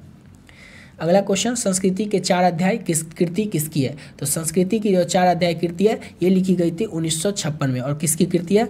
यहाँ पर तो आपको पता ही होगा कि बात कर रहे रामधारी सिंह दिनकर की, तो उनकी ही कृति होगी, लेकिन याद रखिएगा 1956 में लिखी गई थी रामधारी सिंह के द्वारा संस्कृति के 4 अध्याय। अगला क्वेश्चन है हमारा, कौन सी कृति रामधारी सिंह दिनकर के द्वारा लिखी गई है? 4 ऑप्शन में से आपको बताना है। तो इसका ऑप्शन नंबर ए हो जाएगा, शुद्ध कविता की खोज। शुद्ध कविता की जो खोज है ये किसके द्वारा लिखी गई थी? तो ये लिखी गई थी रामधारी सिंह दिनकर के द्वारा। पूछा जाए, अगर कभी पूछ ही ले कि कब लिखा गया था, तो 1966 में लिखा गया था रामधारी सिंह दिनकर के द्वारा। अगला क्वेश्चन है, अर्धनारीश्वर पाठ के लेखक कितनी बार बता चुके हैं, बोलने की भी अब जरूरत नहीं है। Option B. रामधारी सिंह दिनकर की रचना कौन सी है? इसका भी बोलने की कोई जरूरत नहीं है, अर्धनारीश्वर है। तिरिच के लेखक हैं उदय प्रकाश, जूठन, ओम प्रकाश वाल्मीकि, उसने कहा था चंद्र शर्मा गुलेरी। दिनकर जी का जन्म बिहार के किस जिले में हुआ था? ऊपर कितना बार बता चुके हैं, बिहार के बेगूसराय जिले में। ऑप्शन नंबर इसका बी हो जाएगा। अर्धनारीश्वर में किस का गुण समन्वय है? अर्धनारीश्वर जो उसमें किसका गुण समन्वय है? तो नारी और पुरुष दोनों का गुण जो है वो समन्वय है अर्धनारीश्वर पाठ में। अगला क्वेश्चन, दिनकर जी की पहली काव्य पुस्तक कौन सी है? तो दिनकर जी की जो पहली काव्य पुस्तक है उसका नाम है प्रणभंग। प्रणभंग जो है दिनकर जी की पहली काव्य पुस्तक है। अगला क्वेश्चन है, दिनकर जी की पहली कविता किस पत्रिका में प्रकाशित हुई थी? तो दिनकर जी की जो पहली कविता थी वो छात्र सहोदर में प्रकाशित हुई थी। ऑप्शन ए हो जाएगा। अगला क्वेश्चन है, दिनकर जी की पहली कविता कब प्रकाशित हुई थी? तो दिनकर जी की जो पहली कविता है वो 1925 में प्रकाशित हुई थी। ऑप्शन नंबर इसका बी हो जाएगा। चलिए अगला क्वेश्चन कर लेते हैं और नेक्स्ट क्वेश्चन है हमारा अगला क्वेश्चन, दिनकर जी के अनुसार यदि पति विचार है तो पत्नी क्या है? दिनकर के अनुसार यहाँ पर पूछ रहा है, ये न कि प्रेमचंद के अनुसार। तो दिनकर जी के अनुसार यदि पति विचार है तो पत्नी जो है वो भावना है, यानी कि ऑप्शन नंबर इसका सी हो जाएगा। अगला क्वेश्चन है, बुद्ध और महावीर ने नारियों को कौन कौन सा अधिकार दिया है? तो बुद्ध और महावीर ने नारियों को भिक्षुणी होने का अधिकार दिया है। ऑप्शन बी हो जाएगा। अगला क्वेश्चन है, पुरुष जब नारी का गुण ले लेता है तब वो देवता बन जाता है, किंतु नारी जब नर के गुण सीख लेती है तब वो राक्षस हो जाती है। ये किसका कथन था? ये कहना था प्रेमचंद्र का। ऑप्शन सी हो जाएगा। अर्धनारीश्वर किस विद्या की रचना है? अर्धनारीश्वर जो है क्या है? ऊपर बता चुके हैं ना, निबंध है। ऑप्शन ए हो जाएगा। अगला क्वेश्चन है और यहाँ तक कंप्लीट हो जाता है हमारा 125 नंबर क्वेश्चन पे अर्धनारीश्वर पाठ कंप्लीट, यानी कि आपका क्या हो गया, चैप्टर 4 कंप्लीट हो गया। समझ गए? चैप्टर 5 पे है। अब बताइए चैप्टर 4 के बीच में कोई भी प्रश्न एग्जाम में आएगा तो आपसे छूटने वाला नहीं है। क्यों? क्योंकि इतना करवा दिए। PDF आप लोग ले लीजिएगा, PDF से बार बार रिविजन करते रहिएगा, ठीक है। अब चैप्टर 5 की बात करें तो चैप्टर 5 है हमारा रोज। और रोज है क्या, तो रोज एक कहानी है। लेकिन जो चैप्टर के ऑब्जेक्टिव क्वेश्चन करने से पहले अगर थोड़ा सा इसके बारे में हमें पता हो तो इसका क्वेश्चन और अच्छे से समझ में आता है। समझ गए। तो चैप्टर रोज जो है इसके कहानी के लेखक है अज्ञे। सिंपल सा कहानी है। कहानी में जो अज्ञे रहते हैं ये अपने रोज कहानी के जो लेखिका है मालती। समझ गए। मालती की शादी हो जाती है और शादी के 4 साल बाद जो अज्ञे हैं ये मालती के यहाँ जाते हैं शादी के 4 साल बाद। अब मालती के यहाँ जो लेखक अज्ञे हैं वो जाते हैं तो उसके घर का परिवेश उनको कैसा लगता है, उसके घर का माहौल कैसा लगता है, उसी के बारे में वो लिखते हैं और उसी पर ये बन जाता है पाठ रोज। और रोज अब आप पूछिएगा इस चैप्टर का नाम रोज है क्यों, तो मालती का जो जीवन है वो रोज किस तरह से बीतता है वही उसके बारे में बताते हैं लेखक। तो समझ गए, इसलिए इस चैप्टर का नाम है रोज। समझ गए। तो रोज क्या है, तो रोज कहानी है। कहानी के लेखक कौन है, तो अज्ञे। अब अज्ञे की बात करें तो अज्ञे का पूरा नाम है सच्चिदानंद हीरानंद वात्सल अज्ञे। समझ गए। जन्म की बात करें तो इसके जो लेखक है रोज के जो लेखक अज्ञे, इनका जन्म हुआ था 7 मार्च 1911 को, मृत्यु 4 अप्रैल 1987 को। जन्म स्थान है इनका जन्म हुआ था कसैया कुशीनगर जो कि उत्तर प्रदेश में पड़ता है। यहाँ पर किनका जन्म हुआ था, तो अज्ञे का जन्म हुआ था। लेकिन ये मूल निवासी है, रहने वाले कहाँ के हैं, तो करतरपुर पंजाब के। जन्म हुआ था उत्तर प्रदेश में, रहने वाले हैं पंजाब के। जगह का नाम याद रख लीजिए, जन्मस्थान कसैया कुशीनगर उत्तर प्रदेश में और मूल निवास करतरपुर में। माता का नाम क्या था, तो माता का नाम था वैंती देवी और इनके पिता का क्या नाम था, तो पिता का नाम था डॉक्टर हीरानंद शास्त्री। डॉक्टर जब नाम से आगे पहले लगाए तो आपको पता ही होगा, लेकिन ऑप्शन में आपसे एग्जाम में रहेगा इस तरह से कि अज्ञे के पिता हीरानंद शास्त्री पेशे से क्या थे, तो याद रखिएगा डॉक्टर थे। अगर पूछा जाए किस वाद से संबंधित है अज्ञे, तो अज्ञे जो ये प्रयोगवाद से संबंधित है। अज्ञे के बारे में इतना सारी बातें आपको पता चल गई। अब देख लेते हैं इस चैप्टर से संबंधित ऑब्जेक्टिव क्वेश्चन को। समझ गए। तो पहला क्वेश्चन है अज्ञे को ज्ञानपीठ पुरस्कार किस रचना पर प्राप्त हुआ था। पहला क्वेश्चन यहीं से शुरू होता है। तो अज्ञे को जो है कितनी नावों में कितनी बार के लिए अज्ञे को कौन सा पुरस्कार मिला था, तो ज्ञानपीठ पुरस्कार मिला था अज्ञे को कितनी नावों पर कितनी बार के लिए। समझ गए। चलिए अगला क्वेश्चन कर लेते हैं। और नेक्स्ट क्वेश्चन है अज्ञे का जन्म हुआ था, ऊपर बता चुके हैं 7 मार्च 1911 को अज्ञे का जन्म हुआ था। अगला क्वेश्चन है अज्ञे के पिता का नाम बता चुके हैं डॉक्टर हीरानंद शास्त्री जो कि डॉक्टर थे ही। अगला क्वेश्चन फणेश्वर नाथ रेणु की पुस्तक का नाम मैला आंचल फणेश्वर नाथ रेणु के पुस्तक का नाम था, यानी कि ऑप्शन बी हो जाएगा। अगला क्वेश्चन गैगरीन क्या है, तो वो जो मालती रहते हैं ना, अभी जो बताएं ऊपर कि लेखक जाते हैं मालती के यहाँ जाते हैं तो उसके घर का जो माहौल देखते हैं उसके बारे में लिखते हैं। तो मालती के जो पति रहते हैं, पति का नाम भी याद रखना है, मालती के पति का नाम था महेश्वर। और महेश्वर जो थे वो डॉक्टर थे और वो डॉक्टर जो थे तो किस बीमारी के डॉक्टर थे, तो गैगरीन नाम एक बीमारी होती है उसी के डॉक्टर थे। अब आपसे एग्जाम में सब्जेक्टिव क्वेश्चन में पूछा जाएगा 2 नंबर में कि ये गैगरीन क्या होता है, तो याद रखना है गैगरीन एक घाव होता है जो कि कोई कांटा चुभ जाने से या किसी विषैले जीव के काट लेने से हो जाता है। और ये गैगरीन नामक बीमारी जिस भी अंग में हो जाता है, हाथ पैर या किसी भी अंग में, शरीर के अंग में, उस अंग को काट कर शरीर से अलग करना होता है। तो समझिए गैगरीन क्या था, तो गैगरीन एक बीमारी है और इस बीमारी के जो डॉक्टर थे वो महेश्वर थे। महेश्वर कौन थे, तो महेश्वर मालती के पति थे। और मालती कौन थे, तो मालती के यहाँ लेखक जाते हैं। मालती जो है लेखक के दूर की बहन थी। इतना समझ गए। अब अगला क्वेश्चन है हमारा कौन सी पुस्तक अज्ञे की है। कौन सी पुस्तक जो है वो अज्ञे की है, तो हरी घास पर क्षण भर, ये जो पुस्तक है ये अज्ञे की है, हरी घास पर क्षण भर। अगला क्वेश्चन है हमारा कौन सी रचना अज्ञे की नहीं है। कौन सी रचना अज्ञे की नहीं है, अपने अपने अजनबी अज्ञे की ही रचना है, भगनदूत अज्ञे की रचना है, एक बूंद सहसा उछली अज्ञे की ही रचना है, ये तीनों। लेकिन तिरिच किसकी रचना है, तो उदय प्रकाश की है, यानी कि ऑप्शन डी हो जाएगा। कौन सी रचना अज्ञे की नहीं है, तो तिरिच। रोज कहानी में अतिथि बनकर कौन जाता है, ऊपर आपको बता चुके हैं। और जो लेखक रहते हैं वो रोज कहानी में अतिथि बनकर जाते हैं, यानी कि मालती के वो दूर के रिश्ते के भाई भी लगते हैं। समझ गए, ऑप्शन सी हो जाएगा। अगला क्वेश्चन है हमारा रोज कहानी घंटे में किस खड़कन के साथ समाप्त होती है। तो रोज कहानी जैसे समाप्त होती है, चैप्टर जो समाप्त होता है उसमें 11 बजा रहता है उस समय में, ऑप्शन नंबर इसका डी हो जाएगा। अगला क्वेश्चन है कौन सी कृति अज्ञे की नहीं है। कौन सी कृति जो है वो अज्ञे की नहीं है, तो देख लेते हैं। हरी घास पर क्षण भर अज्ञे की कृति है, सदानीरा अज्ञे की कृति है, कितनी नावों पर कितनी बार अज्ञे की ही कृति है। लेकिन पल्लव जो है ये अज्ञे की कृति नहीं है, यानी कि क्या हो जाएगा, ऑप्शन ए हो जाएगा। अगला क्वेश्चन है हमारा कौन सी कृति अब अज्ञे की है। इसी तरह के क्वेश्चन आपसे पूछे जाएंगे। अज्ञे की बहुत सारी कृति है इसलिए कृति से क्वेश्चन रहेगा ही। तो नदी के जो द्वीप हैं ये किसकी कृति है, तो नदी के जो द्वीप है ये अज्ञे की ही कृति है। और ये लिखी कब गई थी, ये पूछा जाता है कई बार कि लिखी कब गई थी अज्ञे की नदी की द्वीप कृति, तो 1952 में। अगला क्वेश्चन है रोज इनमें से क्या है, ऊपर बता चुके हैं। रोज क्या है, तो कहानी है। अगला क्वेश्चन है उत्तर प्रियदर्शी नाटक के नाटककार हैं, तो उत्तर प्रियदर्शी नाटक के नाटककार कौन है? तो अज्ञे हैं उत्तर प्रियदर्शी नाटक के नाटककार, ऑप्शन बी हो जाएगा।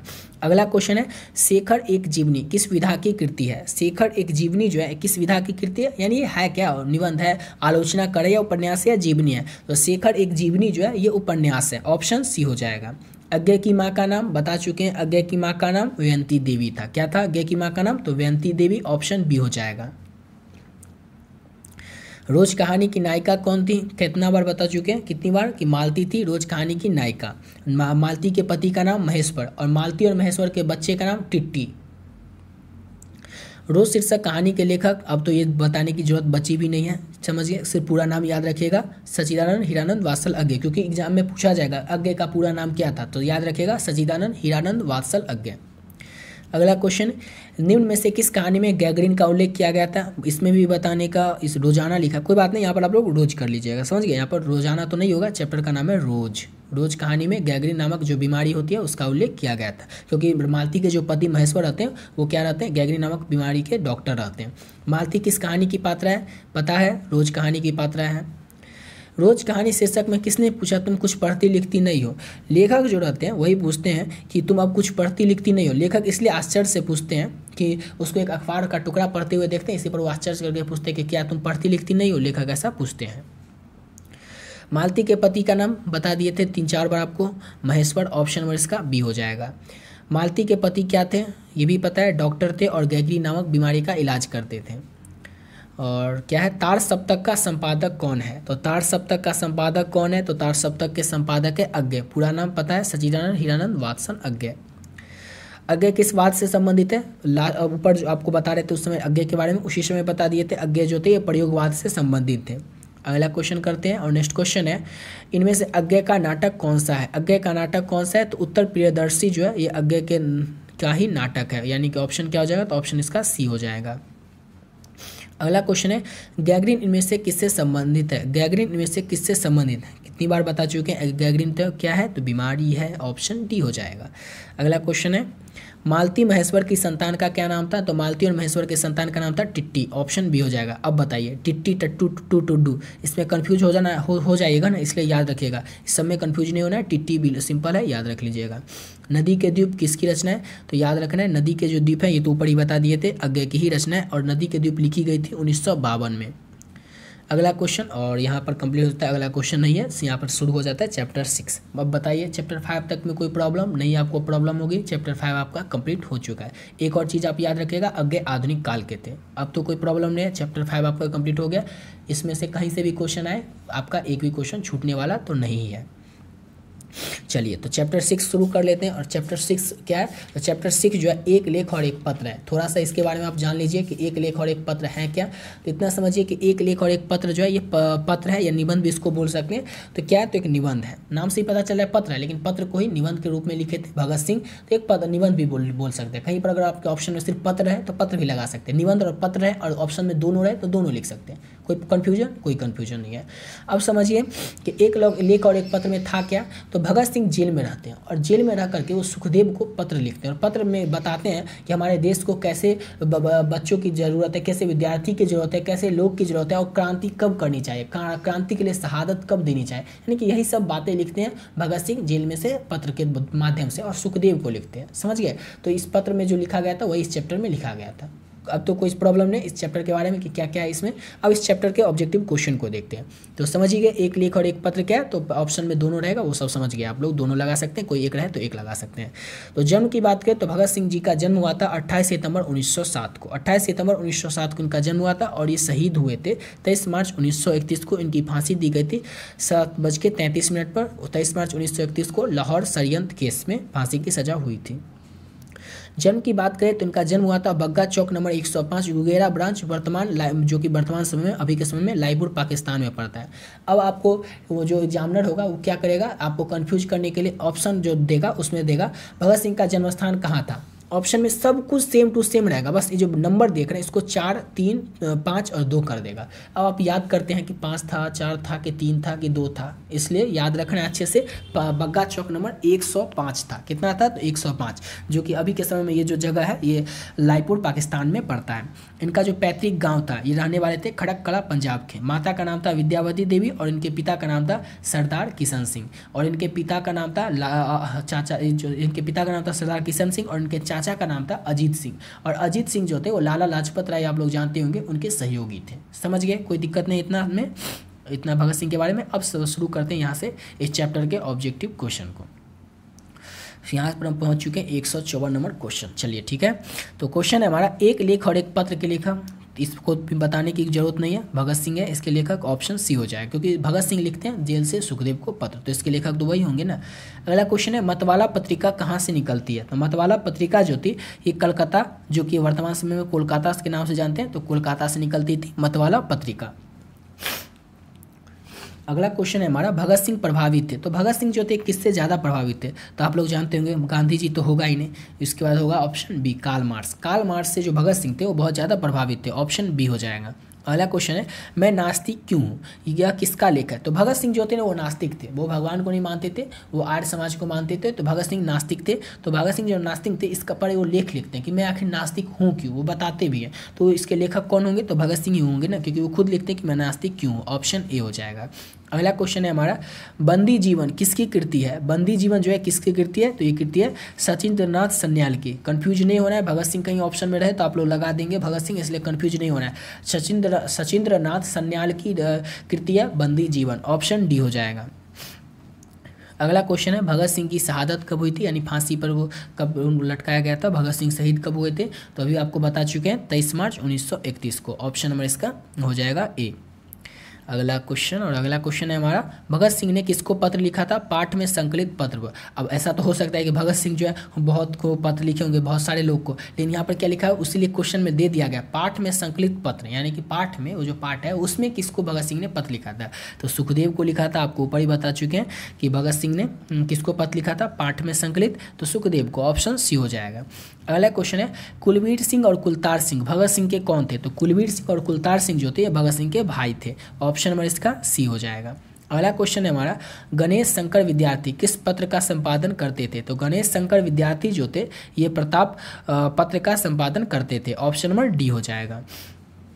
अगला क्वेश्चन है, भगत सिंह ने अपने मित्रों के साथ केंद्रीय असेंबली में कब बम फेंका था? तो ये जो बम फेंके थे इनका ये उद्देश्य बिल्कुल नहीं था कि वो किसी को मार दिया जाए या किसी को हानि पहुंचा दिया। ये तो बम फेंके थे तो वो बहुत ही मामूली सा बम था जिससे किसी को हानि पहुंचता भी नहीं, और ऐसी जगह पर फेंके थे जहाँ पर कोई था भी नहीं, मतलब बम तो फेंके थे लेकिन बम को बीच असेंबली में फेंके थे, उस स्थान पर जहाँ पर कोई ज़्यादा लोग थे नहीं, भीड़ भाड़ था नहीं। वो इसलिए फेंके थे ताकि सभी लोगों को जो सोई हुई जनता है उसको जगाया जाए, और वो खुद अपनी गिरफ्तारी करवाते। वो चाहते तो वहाँ से भाग भी सकते थे असेंबली में बम फेंक करके, लेकिन ऐसा वो नहीं चाहते। वो चाहते थे कि उनको अरेस्ट किया जाए और उनको ताकि सारी जनता को पता चला जाए कि उनका उद्देश्य क्या है, उनका मकसद क्या है, क्योंकि कई सारे लोग उस समय उनको ज़्यादा जानते नहीं थे, तो उस सबको बताना चाहते थे कि उनका उद्देश्य क्या है, वो देश को आज़ाद करवाना चाहते हैं, ये उनका उद्देश्य है, ये बताना चाहते थे, इसलिए वो खुद अपना फांसी करवाए थे। समझ गए? तो भगत सिंह जो थे अपने मित्रों के साथ केंद्रीय असेंबली बम में जो फेंकते हैं बम, वो फेंकते हैं 8 अप्रैल 1929 को, यानी कि ऑप्शन में इसका हो जाएगा बी। अगला क्वेश्चन है, भगत सिंह को ये तो कर ही चुके हैं ना, 23 मार्च 1931, ऑप्शन ए हो जाएगा। अगला क्वेश्चन है, एक लेख और एक पत्र के रचनाकार, ये भी आपको बताने की अब तो जरूरत ही नहीं है, भगत सिंह, ऑप्शन ए हो जाएगा। अगला क्वेश्चन है हमारा, चौरी चौरा कांड कब हुआ था? चौरी चौरा कांड जो है ये हुआ कब था? तो चौरी चौरा कांड हुआ था 1922 में, ऑप्शन नंबर इसका बी हो जाएगा। अगला क्वेश्चन है, प्रताप के संस्थापक संपादक कौन थे? तो प्रताप जो पत्रिका थी उसके संस्थापक और संपादक गणेश शंकर विद्यार्थी थे, ऑप्शन नंबर इसका ए हो जाएगा। अगला, अरे ये तो हो ही चुका है ना, भगत सिंह का जन्म कब हुआ था? तो 28 सितंबर 1907, तो ये भी तो करा ही दिए थे आपको। अगला क्वेश्चन है हमारा, भगत सिंह के चाचा का नाम था? तो ऊपर आपको बताए थे ना, भगत सिंह के जो चाचा थे उनका नाम था अजीत सिंह, और वो किसके सहयोगी थे? तो लाला लाजपत राय के सहयोगी थे भगत सिंह के चाचा अजीत सिंह। विद्यार्थी और राजनीतिक शीर्षक निबंध किसका लिखा हुआ है? तो विद्यार्थी और राजनीतिक शीर्षक निबंध जो है ये भगत सिंह का ही लिखा हुआ है, यानी कि ऑप्शन नंबर इसका सी हो जाएगा। एक लेख और एक पत्र में भगत सिंह ने किसको पत्र लिखा था? तो एक लेख और एक पत्र में भगत सिंह बता चुके हैं, सुखदेव को पत्र लिखते हैं, ऑप्शन ए हो जाएगा। अगला क्वेश्चन है हमारा, भगत सिंह ने कैसी मृत्यु को सुंदर मृत्यु कहा है? ये तो यहाँ पर ऑब्जेक्टिव क्वेश्चन है, लेकिन ये सेम क्वेश्चन आपसे सब्जेक्टिव 2 नंबर में भी पूछा जाएगा कि भगत सिंह ने कैसी मृत्यु को सुंदर मृत्यु कहा था? तो देश सेवा के बदले दी गई जो फांसी होती है उसी को भगत सिंह ने सुंदर मृत्यु कहा था, यानी कि ऑप्शन नंबर इसका सी हो जाएगा।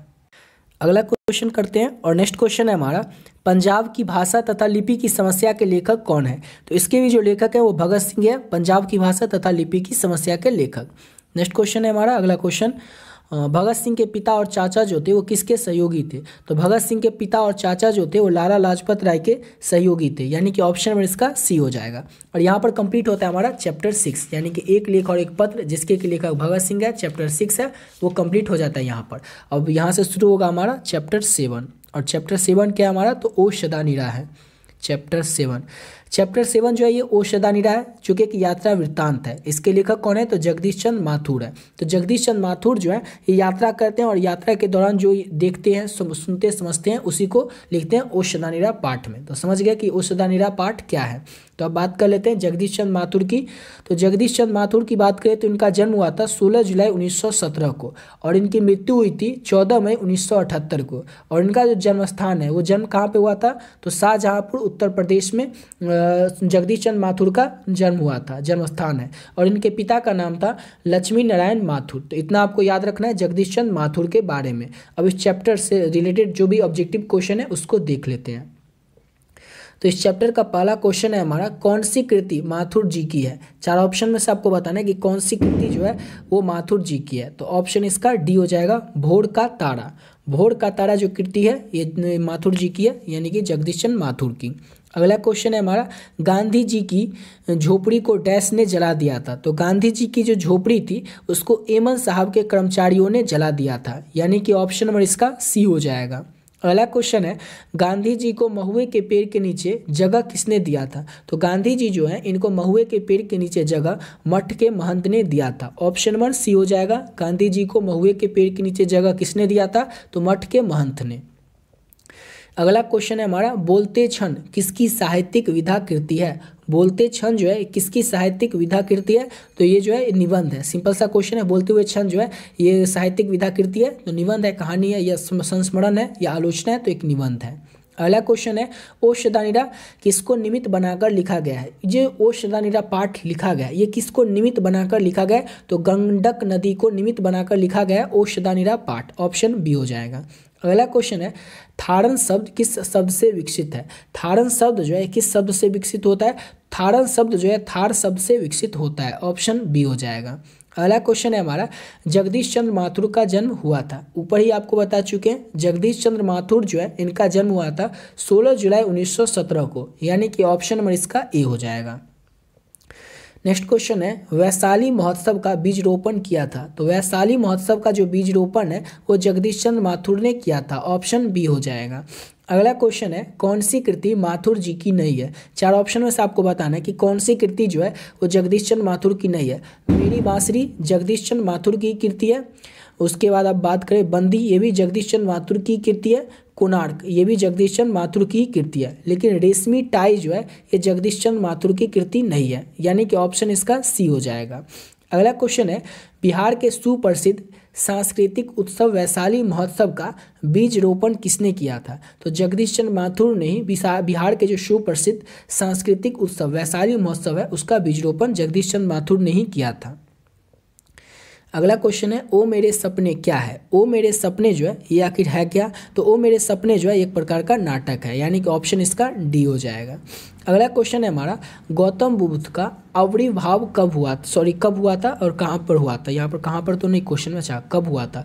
तो इनका आविर्भाव जो है वो 2500 वर्ष पहले हुआ था। ऑप्शन इसका बी हो जाएगा।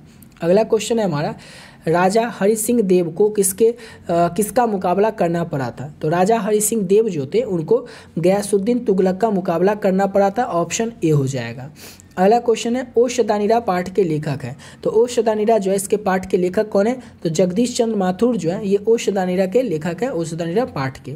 अगला क्वेश्चन है, कोनक के नाटककार है। कोनक के नाटककार कौन है? तो जगदीश चंद्र माथुर जो है यही है कोनक के नाटककार। यहाँ पर तो आपको पता चल रहा होगा जल्दी से कि जगदीश चंद्र माथुर ही होगा, जगदीश चंद्र माथुर ही होगा। लेकिन जैसे ही आप एग्जाम में जाएगा तो बहुत ज़्यादा परेशानी होगी अगर आप लोग रिवीजन नहीं कीजिएगा तो, क्योंकि क्या होगा उसमें कि एग्जाम में क्वेश्चन मिक्स टाइप कराएगा और उसमें आपको पता ही नहीं चलेगा ये क्वेश्चन कहाँ से आ गया। इसलिए आपको PYQ क्वेश्चन का जो PDF ऊपर बताए थे उसमें PYQ भी रहेगा, उसको जब प्रैक्टिस कीजिएगा तो उससे पता चल जाएगा ये क्वेश्चन का लेवल क्या होता है। अगला क्वेश्चन है हमारा 10 तस्वीरें के रचनाकार हैं। तो 10 तस्वीरें के रचनाकार कौन है? तो जगदीश चंद्र माथुर ही हैं, ऑप्शन बी हो जाएगा। अगला क्वेश्चन है ओ सदानीरा शीर्षक निबंध में वर्णित मन कैसे ताल है। ये क्वेश्चन 2021 में पूछा गया था कि ओ सदानीरा शीर्षक निबंध में वर्णित मन जो है वो कैसे ताल है? तो गहरे और विशाल ताल है, ऑप्शन नंबर इसका डी हो जाएगा। अगला क्वेश्चन है ओ सदानीरा निबंध किस पुस्तक से लिया गया। ये तो इंपॉर्टेंट क्वेश्चन है ही, कई बार आपके एग्जाम में पूछा गया। पिछले 10 साल में ये क्वेश्चन 5 से 6 बार पूछा ही गया है कि ओ सदानीरा निबंध जो है किस पुस्तक से लिया गया। तो बोलते हुए छंद पुस्तक से ओ सदानीरा को लिया गया है, ऑप्शन नंबर इसका सी हो जाएगा। अगला क्वेश्चन है गंडक नदी का जो जल है वो सदियों से किस तरह का है। तो गंडक नदी का जो जल है वो सदियों से चंचल ही रहा है, ऑप्शन नंबर इसका बी हो जाएगा। अगला क्वेश्चन है सरैया मन ताल का जल कैसा है। तो सरैया मन ताल जो है इसका जल कैसा है? तो स्थिर है, ऑप्शन नंबर इसका बी हो जाएगा। अगला क्वेश्चन है हमारा वसुंधरा भोगी मानव और धर्माध मानव एक ही सिक्के के दो पहलू हैं।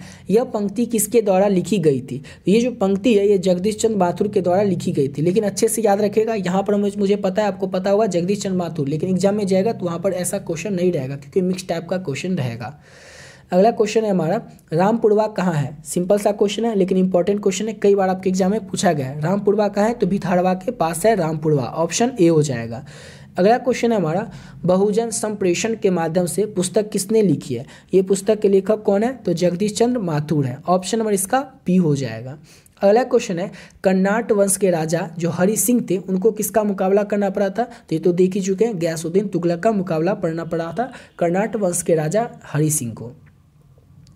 अगला क्वेश्चन है चंपारण में जो धांगर थे वो कहाँ से आए थे। तो जो चंपारण में धांगर थे वो छोटा नागपुर से आए थे। ये भी इंपॉर्टेंट क्वेश्चन है, इसको भी अच्छे से याद रखिएगा। अगला क्वेश्चन है गांधी जी चंपारण में कब आए थे। तो गांधी जी जो चंपारण में ये 20 जून 1917 को आए थे, यानी कि ऑप्शन 20 जून, यहाँ पर 17 नहीं, अप्रैल 1917 होगा, यहाँ पर जून नहीं होगा अप्रैल होगा। अप्रैल 1917 को गांधी जी जो है चंपारण में आए थे। अगला क्वेश्चन है तीन कठिया प्रथा का संबंध किससे है। तो तीन कठिया प्रथा का जो संबंध है वो नील से है, नील की खेती से है तीन कठिया प्रथा का संबंध, यानी कि ऑप्शन में इसका डी हो जाएगा। नेक्स्ट क्वेश्चन करते हैं और अगला क्वेश्चन है पढ़ई नदी कहाँ तक जाती है। पढ़ई नदी जो है ये कहाँ तक जाती है। तो ये जाती है भिखना थोड़ी तक, ऑप्शन नंबर इसका ए हो जाएगा।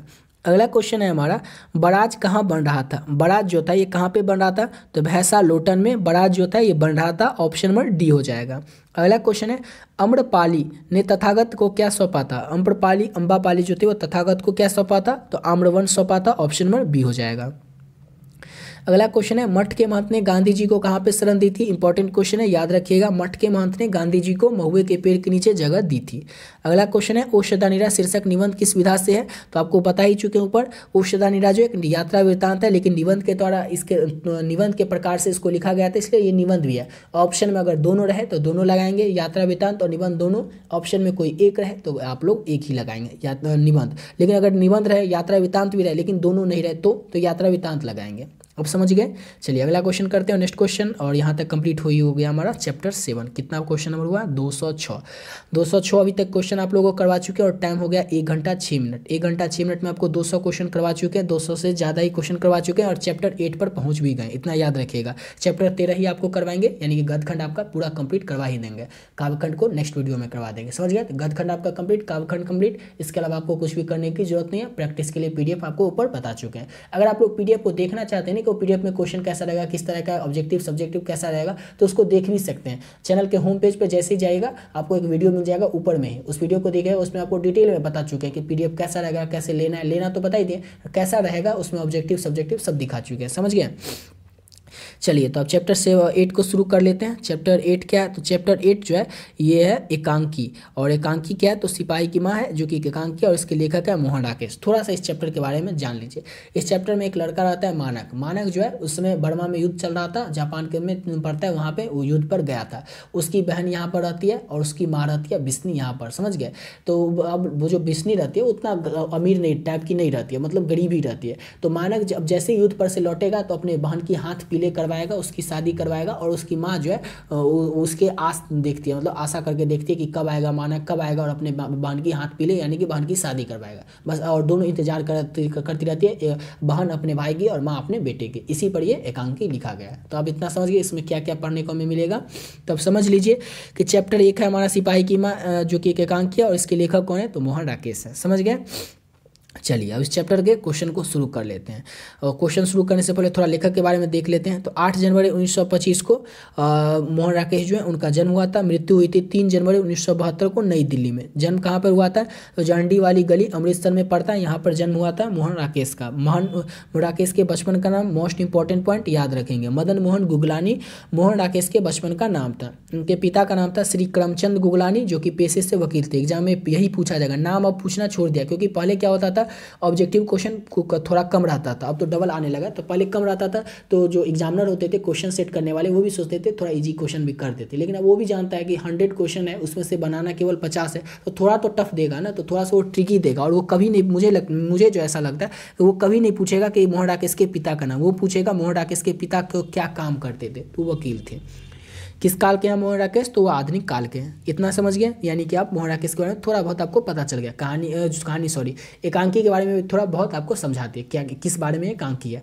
अब इस चैप्टर के ऑब्जेक्टिव क्वेश्चन को शुरू करते हैं। और एक और चीज़ आपको बता देते हैं, जैसे चैप्टर वाइज आपको ऑब्जेक्टिव क्वेश्चन करवा रहे हैं तो 13 चैप्टर आपका गद्यखंड कंप्लीट हो जाएगा, 13 चैप्टर आपका काव्यखंड कंप्लीट हो जाएगा। उसके बाद क्या करेंगे? सिर्फ एक वीडियो लाएंगे। वीडियो भले 3 घंटा 2 घंटा यानी, लेकिन 2 घंटा से तो ऊपर का ही होगा। इसमें क्या करेंगे? पूरे गद्यखंड का आपको सब्जेक्टिव में जो लघुत्तरीय होता है, दीर्घोत्तरीय होता है, 100 प्रसंग व्याख्या वाला होता है, उसको कंप्लीट करवाएंगे। और दूसरा वीडियो में क्या कंप्लीट करवाएंगे? तो लघुत्तरीय और दीर्घोत्तरीय और 100 प्रसंग व्याख्या वाला काव्यखंड का कंप्लीट करवाएंगे। यानी 4 वीडियो जो आएगा उस 4 वीडियो में आपका पूरा बुक ही कंप्लीट हो जाएगा, समझ गए ना। तभी तो ये पहला वीडियो ही है।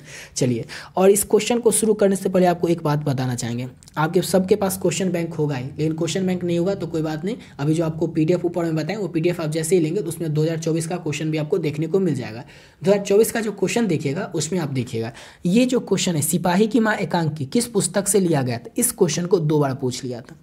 क्वेश्चन एक है लेकिन इस क्वेश्चन को पूछा कितनी बार गया था? 2 बार। यानी अगर आप एक बार क्वेश्चन को याद है यानी 2 नंबर आपका फिक्स हो जाता है। और ये क्वेश्चन अगर आप देखिएगा पिछले 10 साल की बात करें तो 6 से 7 बार ये क्वेश्चन पूछा गया था। और अभी आपको बताएं 2024 में तो इसी क्वेश्चन को 2 बार पूछ लिया था, समझ गए ना। तो क्वेश्चन क्या है कि सिपाही की माँ एकांकी किस पुस्तक से लिया गया था? तो अंडे के छिलके तथा अन्य एकांकी से सिपाही की माँ एकांकी को लिया गया था, समझिए। इस क्वेश्चन को याद ही कर लीजिएगा, हो सकता है इस बार नहीं पूछा जाए लेकिन कम चांस है, क्या पता पूछ ले, क्योंकि पिछली बार इस क्वेश्चन को 2 बार पूछ लिया था। तो चलिए अब अगला क्वेश्चन है, मुन्नी किस दिन मानक की चिट्ठी के आने की भविष्यवाणी करती है। अब ये मुन्नी कौन होती है? तो अभी आपको बताया ना, वो बहन होती है और उसकी माँ होती है मानक की, तो वही मुन्नी रहता है मानक की बहन का नाम। तो मुन्नी जो रहती है वो मानक की चिट्ठी आने की भविष्यवाणी जो है वो करती है मंगलवार को, कि मंगलवार को भैया का चिट्ठी जरूर आएगा ही। ऑप्शन नंबर डी हो जाएगा। अगला क्वेश्चन है, कौन कहता है मैं इसकी लाश ले जाकर चील और कौवों के आगे डाल दूंगा। ऐसा कौन कहता है? तो ऐसा कहता है सिपाही। वो जो सिपाही रहता है वो कहता है कि वो जो पढ़िएगा, तो उतना आपको डिटेल में नहीं बता सकते इस एकांकी के बारे में क्योंकि बहुत बार ज़्यादा लंबा वीडियो हो जाएगा, लेकिन जैसे ही आप पढ़िएगा ना तो उसमें आपको पता चलेगा कि सिपाही जो रहता है वो बोलता है कि मैं इसकी लाश को ले जाकर चील और कौवों के आगे डाल दूंगा। अगला क्वेश्चन है, किसके कड़े के मोती तारों की तरह चमकते हैं। किसके कड़े की जो मोती है वो तारों की तरह चमकते हैं। तो तारों मतलब यहाँ पर कौन सा तारो? तारो मतलब वो जो तारा है वो तारो, उस स्टार जो है उसको यहाँ पर तारो कहा गया। और तारो एक नाम भी है। तो तारों की जो तारो है, तारों की जो कड़े हैं वो तारों की तरह चमकते हैं। तो समझिए कि ये तारो जो है, ये तारो मतलब स्टार, और तारो एक नाम भी है। तो समझ गए कि तारों के जो कड़ों के मोती थे वो तारों की तरह चमकते थे, समझ गए। चलिए अब अगला क्वेश्चन है हमारा, किस पार्ट में ये उद्धरण आया, यानी किस पार्ट में ये लाइन आया है कि फौजी वहां लड़ने के लिए वहां गए हैं, वहां से भाग नहीं सकते, जो फौज छोड़कर भागता है उसे गोली मार दी जाती है। तो ये किस पार्ट में आया है? तो ये जो है सिपाही की माँ एकांकी में। ऑप्शन में इसका सी हो जाएगा। वो जो युद्ध होते रहता है जहाँ पर मानक है वहाँ पर युद्ध होते रहता है, वहाँ से भागकर दो लड़की आती है और वही लड़की जब मानक की माँ से मिलती है तो वो बोलती है कि वहाँ पर फौजी लड़ने के लिए गए हैं, वहाँ से भाग नहीं सकते हैं, और जो फौजी भाग कर जाता है उसे गोली मार दी जाती है। ठीक है। और अगला क्वेश्चन है हमारा, सिपाही की माँ किस एकांकी संग्रह से लिया गया? तो देख लिए ना, अंडे के छिलके तथा एन एकांकी से। ये जो अभी आपको करवा रहे हैं ये क्वेश्चन और जो पहला क्वेश्चन करवाएं सेम इसी तरह से दोनों क्वेश्चन इस बार के एग्जाम में पूछा गया था। अगला क्वेश्चन है, मुन्नी और मानक की माँ का नाम क्या है? तो ऊपर बता देते हैं, मुन्नी और मानक की नाम का है, सॉरी बिस्नी होगा ना, किसनी नहीं, बिस्नी। इसीलिए बता रहे हैं कि बार बार अच्छे से पढ़ते रहना है, किसनी नहीं बिस्नी होगा इसका। सिपाही की माँ एकांकी के अनुसार लड़ाई जो हो रही थी वो कहाँ पे हो रही थी? तो सिपाही की माँ जो एकांकी है उसके अनुसार लड़ाई जो है बर्मा में हो रही थी। ऑप्शन नंबर बी हो जाएगा। और बर्मा में ही मानक जो था वो लड़ाई पर गया था। मोहन राकेश की एकांकी का शीर्षक का नाम क्या है? अब तो बताने की जरूरत भी नहीं रही, आपको पता ही होगा। चलिए अगला क्वेश्चन करते हैं, सिपाही की माँ कौन है? तो सिपाही की माँ कौन है? तो बिश्नी है। यहाँ पर बिशन दिया हुआ लेकिन इसको याद रख लीजिएगा। अगला क्वेश्चन है हमारा, सिपाही की माँ एकांकी में कुंती कौन रहती है? अब जो अभी कुंती है ये तो कुंती तो आपको कभी पता ही नहीं कुंती कौन रहती है। तो सिपाही की माँ एकांकी जो है उसमें कुंती जो है वो पड़ोसन रहती है। समझ गए? तो ऑप्शन नंबर इसका सी हो जाएगा। कुंती जो रहती है वो जो बिस्नी रहती है या फिर मानक जिसको बोले, मानक बिस्नी या मुन्नी, उस तीनों की पड़ोसन कौन रहती है? तो कुंती रहती है। अगला क्वेश्चन है, रवेश क्या होता है? रवेश जो है ये क्या होता है? तो ये मोटे सूत की बनी हुई चादर होता है रवेश। ऑप्शन नंबर इसका सी हो जाएगा। अगला क्वेश्चन है हमारा, किसके कड़ों के मोती तारों की तरह चमकते हैं? तो ये तो आपको बता ही चुके हैं, तारों के। ये नाम है तारों, और तारों मतलब स्टार। मोहन राकेश के बचपन का नाम ऊपर ही आपको बता चुके हैं, मदन मोहन मुगलानी मोहन राकेश के बचपन का नाम था, यानी कि ऑप्शन नंबर इसका ए हो जाएगा। नेक्स्ट क्वेश्चन है, मुन्नी कौन थी? तो मुन्नी जो थी ये बिस्नी की बेटी थी और मानक की बहन थी। अगला क्वेश्चन है, रंगून कहाँ है? रंगून जो है ये बड़मा में है। कहाँ पे है? तो बड़मा में है रंगून। ऑप्शन नंबर इसका बी हो जाएगा। अगला क्वेश्चन है, मोहन राकेश रचित नाटक संग्रह है। तो मोहन राकेश के द्वारा रचित जो नाटक संग्रह है वो है आषाढ़ का एक दिन। आषाढ़ का एक दिन एक नाटक है जो कि बहुत ही ज़्यादा फेमस है। समझ गए? जब आगे आप जाइएगा कोई कॉम्पिटेटिव एग्जाम का तैयारी कीजिएगा उसमें आपको पता चलेगा आषाढ़ का एक दिन बहुत ही ज़्यादा फेमस नाटक है। यूट्यूब पे आपको नाटक भी देखने को मिल जाएगा। उस नाटक के जो नाटक है इसके लेखक कौन है, इसके रचयिता कौन है? तो मोहन राकेश है। अगला क्वेश्चन है, निम्नलिखित में बिस्नी की पड़ोसन कौन है? तो बिस्नी के पड़ोसन ऊपर ही देख चुके हैं, कुंती कौन थी? तो बिस्नी की पड़ोसन थी। अगला क्वेश्चन है, मोहन राकेश का जन्म कब हुआ था? बता चुके हैं मोहन राकेश का जन्म कब हुआ था? तो 8 जनवरी 1925 को हुआ था। ऑप्शन ए हो जाएगा। अगला क्वेश्चन है, इनमें से कौन सी कृति मोहन राकेश की है? 4 ऑप्शन में से आपको बताना है। तो जानवर, और जानवर जो है ये मोहन राकेश की ही कृति है। ऑप्शन नंबर इसका बी हो जाएगा। अगला क्वेश्चन है, कौन सी कृति मोहन राकेश की नहीं है? ऊपर था है और यहाँ पर है नहीं है। एक और जिंदगी, अंधेरे बंद कमरे और आधे अधूरे, ये तीनों कृति किसकी है? तो मोहन राकेश की। इतिहास और आलोचना जो है ये मोहन राकेश की कृति नहीं है, यानी कि ऑप्शन में इसका सी हो जाएगा। सिपाही की माँ एकांकी कथा वस्तु है। तो सिपाही की माँ एकांकी जो कथा वस्तु है ये किस वर्ग की कथा वस्तु है? तो निम्न मध्यम वर्ग की कथा वस्तु है सिपाही की माँ एकांकी। ऑप्शन ए हो जाएगा। अगला क्वेश्चन है, सिपाही की माँ एकांकी की बिस्नी चरपाई के पास मोड़े पर बैठी क्या करती दिखाई देती है? तो क्या करती रहती है? तो सूत काटती रहती है। क्या करती है? यहाँ पर काटती, यहाँ पर टो होगा, तो है ना, तो यहाँ पर टो होगा, काटती रहती है। सिपाही की माँ एकांकी जो है इसमें बिस्नी जो रहती है जो कि मानक की माँ है वो चरपाई के पास एक मोड़े यानी कि सीढ़ी जो होता है ना उस पर बैठ करके सूत काटती है। समझ गए? अगला क्वेश्चन, और अगला क्वेश्चन है, सिपाही की माँ एकांकी के लेखक या सिपाही की माँ, ये तो बताइए होगा कौन है? तो मोहन राकेश है। इसके लेखक बोल लीजिए, एकांकी के रचनाकार बोल लीजिए, जो बोलिए। और यहाँ पर कंप्लीट हमारा हो जाता है चैप्टर 8 जो कि था एकांकी, जिसके लेखक कौन थे? तो मोहन राकेश थे। और यहाँ से क्या शुरू होगा? तो यहाँ से शुरू होगा परगीत और समाज। और परगीत और समाज है क्या? तो परगीत और समाज जो है एक निबंध है, और इस निबंध के लेखक कौन है? तो इस निबंध के लेखक है नामवर सिंह। समझ गए? चलिए तो यहाँ शुरू कर लेते हैं और अब नामवर सिंह के बारे में थोड़ा देख लेते हैं। तो ये तो समझ गए, परगीत और समाज निबंध है, लेखक है नामवर सिंह। नामवर सिंह का जन्म 28 जुलाई 1927 को हुआ था। मृत्यु की बात करें तो 19 फरवरी 2019 को, यानी कि लेटेस्ट में ही इनकी मृत्यु हुई थी 2019 को। और आप बुक में देखिएगा तो बुक में इनकी मृत्यु के बारे में दिया भी नहीं होगा। जन्म स्थान की बात करें तो जीयनपुर वाराणसी जो कि उत्तर प्रदेश में पड़ता है, यहाँ पर जन्म हुआ था किनका? तो नामवर सिंह का।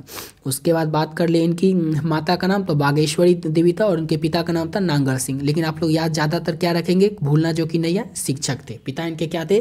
तो पिता इनके जो से वो शिक्षक थे, नामवर सिंह के पिता। समझ गए? तो ये कंप्लीट हो जाता है नामवर सिंह के बारे में थोड़ा सा परिचय। अब शुरू कर लेते हैं इस चैप्टर से रिलेटेड ऑब्जेक्टिव क्वेश्चन को। तो पहला क्वेश्चन है इस चैप्टर का कि बाज की डाढ़ में आदमी का खून लग चुका है। बाज जो होता है ना, बाज, उसकी दाढ़ी जो होता है उसमें आदमी का खून लग चुका है। ये जो कविता है ये किस पंक्ति की है? तो तय ही तो था इस कविता की ये पंक्ति है। ऑप्शन डी हो जाएगा। अगला क्वेश्चन है, मैं तुम लोगों से दूर हूँ, ये किस कविता की है पंक्ति? तो मुक्तिबोध की पंक्ति है। ऑप्शन नंबर इसका ए हो जाएगा। अगला क्वेश्चन है, नामवर सिंह का जन्म, ऊपर बता चुके हैं 28 जुलाई 1927 को नामवर सिंह का जन्म हुआ था। नेक्स्ट क्वेश्चन करते हैं। और अगला क्वेश्चन है, कौन सी पुस्तक नामवर सिंह की है? 4 ऑप्शन में सबको बताना है नामवर सिंह की कौन सी पुस्तक नामवर सिंह की है? तो ऑप्शन नंबर इसका हो जाएगा पृथ्वीराज राजों की भाषा। ये क्या है? तो नामवर सिंह की कृति है। ऑप्शन नंबर इसका बी हो जाएगा। अगला क्वेश्चन करते हैं और नेक्स्ट क्वेश्चन है हमारा, कौन सी पुस्तक नामवर सिंह की नहीं है? तो बलकम खुद, इतिहास की आलोचना, दूसरी परंपरा की खोज, तीनों जो है नामवर सिंह की कृति है। तिरिच किसकी है? तो उदय प्रकाश की। यानी कि ऑप्शन हो जाएगा सी, नामवर सिंह की कौन सी पुस्तक नहीं है? तो तिरिच। अगला क्वेश्चन है, राम की शक्ति पूजा किसकी कविता है? तो राम की शक्ति पूजा जो है ये निराला की कविता है। यानी कि ऑप्शन में इसका डी हो जाएगा। अगला क्वेश्चन है, प्रगीत और समाज के लेखक कौन है? ये तो पता ही होगा। प्रगीत और समाज के जो लेखक है वो नामवर सिंह है। बालकृष्ण भट्ट जो है ये किसके लेखक है? तो बातचीत पाठ के लेखक है। जयप्रकाश नारायण जो है ये किसके लेखक है? तो संपूर्ण क्रांति के पाठ के लेखक है। उदय प्रकाश जो है ये किसके लेखक है? तो तिरिच पाठ के लेखक है। अगला क्वेश्चन है, नामवर सिंह के द्वारा लिखित प्रगीत और समाज ये है क्या? तो ऊपर में आपको बता चुके हैं ना क्या है? निबंध है। ऑप्शन में इसका बी हो जाएगा। अगला क्वेश्चन है, निम्नलिखित में से कौन प्रलय की छाया के कवि हैं? प्रलय की छाया के कवि कौन है? 4 ऑप्शन में से आपको बताना है। तो जयशंकर प्रसाद जो है प्रलय की छाया के कवि हैं। अगला क्वेश्चन है, तुलसीदास के रचयिता कौन है? तो तुलसीदास के जो रचयिता है वो श्रीकांत त्रिपाठी निराला है। ऑप्शन क्या हो जाएगा? तो ऑप्शन में इसका डी हो जाएगा। अगला क्वेश्चन है हमारा, कविता के लिए प्रतिमान के लेखक कौन है? कविता के लिए प्रतिमान के जो लेखक हैं वो नामवर सिंह है। यानी कि ऑप्शन में इसका डी हो जाएगा। अगला क्वेश्चन है हमारा, नामवर सिंह को किस कृति पर साहित्य अकादमी पुरस्कार प्राप्त हुआ था? नामवर सिंह को किस कृति पर साहित्य अकादमी पुरस्कार प्राप्त हुआ था? तो कविता के नए प्रतिमान पर नामवर सिंह को जो है साहित्य अकादमी पुरस्कार प्राप्त हुआ था। ऑप्शन नंबर ए हो जाएगा। अगला क्वेश्चन है, नामवर सिंह प्रधान संपादक थे। तो नामवर सिंह जो थे ये प्रधान संपादक थे आलोचना त्रेता मासिक के। यानी कि ऑप्शन डी हो जाएगा। अगला क्वेश्चन है, कामयानी के कवि हैं। तो कामयानी के जो कवि हैं वो हैं कौन? तो कामयानी के कवि हैं जयशंकर प्रसाद। याद कीजिए ऊपर में आपको बता चुके हैं जयशंकर प्रसाद के जब करवा रहे थे उस समय। अगला क्वेश्चन है हमारा नेक्स्ट क्वेश्चन, लिरिक का पर्याय है। लिरिक का पर्याय क्या होता है? पर्यायवाची क्या होता है? तो इसका पर्याय होता है प्रगीत। ऑप्शन नंबर ए हो जाएगा। अगला क्वेश्चन है, प्रगीत और समाज निबंध किस निबंध संग्रह से लिया गया है? तो प्रगीत और समाज निबंध जो है ये वाद विवाद संवाद से लिया गया है। और इसको तो आप अच्छे से नोट कीजिए, याद कीजिए, जो करना है कीजिए, लेकिन याद रखिएगा VVI है कि प्रगीत और समाज निबंध किस निबंध संग्रह से लिया गया? तो वाद विवाद संवाद से। चरम वैयक्तिकता ही परम सामाजिकता है किस पंक्ति की किस शीर्षक की ये पंक्ति है? तो ये भी आपको बता चुके हैं, चरम वैयक्तिकता ही परम सामाजिकता है। ये पिछले वीडियो में बता चुके हैं, इस वीडियो में नहीं बताएं। समझ गए ना? तो प्रगीत और समाज की वैसे आप लोगों को पता होगा, लेकिन एग्जाम में कंफ्यूज हो जाएगा। पता है क्यों कंफ्यूज हो जाएगा? क्योंकि अभी तो पता है कि ये चैप्टर नामवर सिंह का है, प्रगीत और समाज चैप्टर है, तो वही होगा ना, लेकिन एग्जाम में तो ऐसा रहेगा नहीं। इसका एक ही जो प्रॉब्लम है, इस प्रॉब्लम का एक ही हल है कि आप लोगों को बार बार रिवीजन करना है। ऊपर आपको PDF बता देते कैसे लेना, PDF को लेकर के बार बार रिवीजन करते रहिएगा। अगला क्वेश्चन है, यथार्थ किस लेन देन का नाम ही संसार है? ये पंक्ति किसके द्वारा लिखी गई थी? तो ये पंक्ति लिखी गई थी मलियज के द्वारा। बताइए, यहाँ पर आप लोग नामवर सिंह भी लगा सकते थे, लेकिन ये लिखा गया था मलियज के द्वारा। अगला क्वेश्चन है, प्रगीत और समाज शीर्षक निबंध के लेखक कौन है? ये तो आप बताने की जरूरत इतना है ही नहीं, क्योंकि कितना बार आपको ये बता चुके हैं। कौन है? तो नामवर सिंह। अगला क्वेश्चन है, नामवर सिंह का जन्म कहाँ हुआ था? तो आपको बता चुके हैं जीयनपुर, जो कि वाराणसी उत्तर प्रदेश में, वहाँ पर नामवर सिंह का जन्म हुआ था। यानी कि ऑप्शन ए हो जाएगा। अगला क्वेश्चन है हमारा, और यहाँ पर कंप्लीट हो जाता है। अगला क्वेश्चन नहीं है, चैप्टर 9 कंप्लीट हो जाता है। अब यहाँ से शुरू है चैप्टर 10 का क्वेश्चन। तो चैप्टर 10 क्या है? तो चैप्टर 10 तो कई बार देख चुके हैं, जूठन है। चैप्टर 10 जूठन है, और जूठन क्या है? तो आत्मकथा है। आत्मकथा जो है ये किसकी है? तो ओम प्रकाश वाल्मीकि की है। थोड़ा सा इसके बारे में आपको पता होना चाहिए। आत्मकथा ओम प्रकाश वाल्मीकि की है। ओम प्रकाश वाल्मीकि जो है ये दलित समाज से आते थे और इनको किस तरह से दबाया जाता था, बचपन में इनके साथ क्या क्या व्यवहार किया जाता था, किस तरह से जो पशु कोई मर जाता था उसको फेंकने के लिए बुलाया जाता था, फिर इसके साथ अच्छा व्यवहार भी नहीं किया जाता था, यानी कि इनका जीवन कैसा था। इनकी जो आत्मकथा है ओम प्रकाश वाल्मीकि की, वही ये इसमें लिखे हुए हैं। समझ गए, ये एक दलित आत्मकथा है। तो इतना तो समझ गए। अब चलिए शुरू कर लेते हैं ओम प्रकाश वाल्मीकि के बारे में थोड़ा जानना। तो ओम प्रकाश वाल्मीकि की बात करें तो ओम प्रकाश वाल्मीकि का जन्म हुआ था 30 जून 1950 को और इनकी मृत्यु हुई थी 17 नवंबर 2013 को। ये मृत्यु भी जो इनकी है ये भी आपको बुक में देखने को नहीं मिलेगा, यहाँ पर आपको बता रहे हैं, आपके शायद एग्जाम में पूछ ले इसलिए आपको ऐड करवा दिए हैं। जन्म स्थान की बात करें तो इनका जन्म हुआ था बड़ला, जो कि मुजफ्फरनगर उत्तर प्रदेश में पड़ता है। माता का नाम था मुकुंदी देवी और इनके पिता का नाम था छोटन लाल। याद रखिएगा, मुकुंदी देवी और छोटन लाल ओम प्रकाश वाल्मीकि की माता का नाम था। माता का नाम था मुकुंदी देवी और पिता का नाम था छोटन लाल। इतना समझ गए। अब करते हैं इस चैप्टर के क्वेश्चन को। समझ गए। तो चैप्टर 10 ओम प्रकाश वाल्मीकि के द्वारा लिखा गया जूठन है। इसके चैप्टर के फर्स्ट क्वेश्चन से शुरू करते हैं और फर्स्ट क्वेश्चन आप लोगों को पता होगा। बताइए, पता है कि नहीं कि जूठन के रचनाकार कौन है? तो ओम प्रकाश वाल्मीकि है। ऑप्शन नंबर इसका बी हो जाएगा। जूठन के जो है रचनाकार कौन है? तो ओम प्रकाश वाल्मीकि है। अब अगला क्वेश्चन है हमारा, कौन सा मास्टर है जो मेरे लड़के से झाड़ू लगवाता है? यह किसका कथन था? तो ओम प्रकाश वाल्मीकि जब स्कूल में जाते थे तो जो मास्टर था वो उनको पढ़ने के लिए नहीं देता, पढ़ने के लिए क्लास में नहीं आने देता था। उनसे कहता था कि तुम जाओ जाके जो बाहर में झाड़ू लगाओ। तो इस पर क्या होता है कि लेखक के जो पिताजी होते हैं, ओम प्रकाश वाल्मीकि के पिताजी एक दिन रास्ते से जाते हैं और वो देख लेते हैं वो लेखक को झाड़ू लगाते हुए। इस पर वो गुस्सा हो जाते हैं और उसको ओम प्रकाश वाल्मीकि को लेकर जाते हैं और जोर से चिल्लाते हुए बोलते हैं, कौन सा वो मास्टर है जो कि मेरे लड़के से झाड़ू लगवा रहा है? तो लेखक के पिताजी रहते हैं, यानी कि ऑप्शन नंबर इसका क्या हो जाएगा? तो सी हो जाएगा।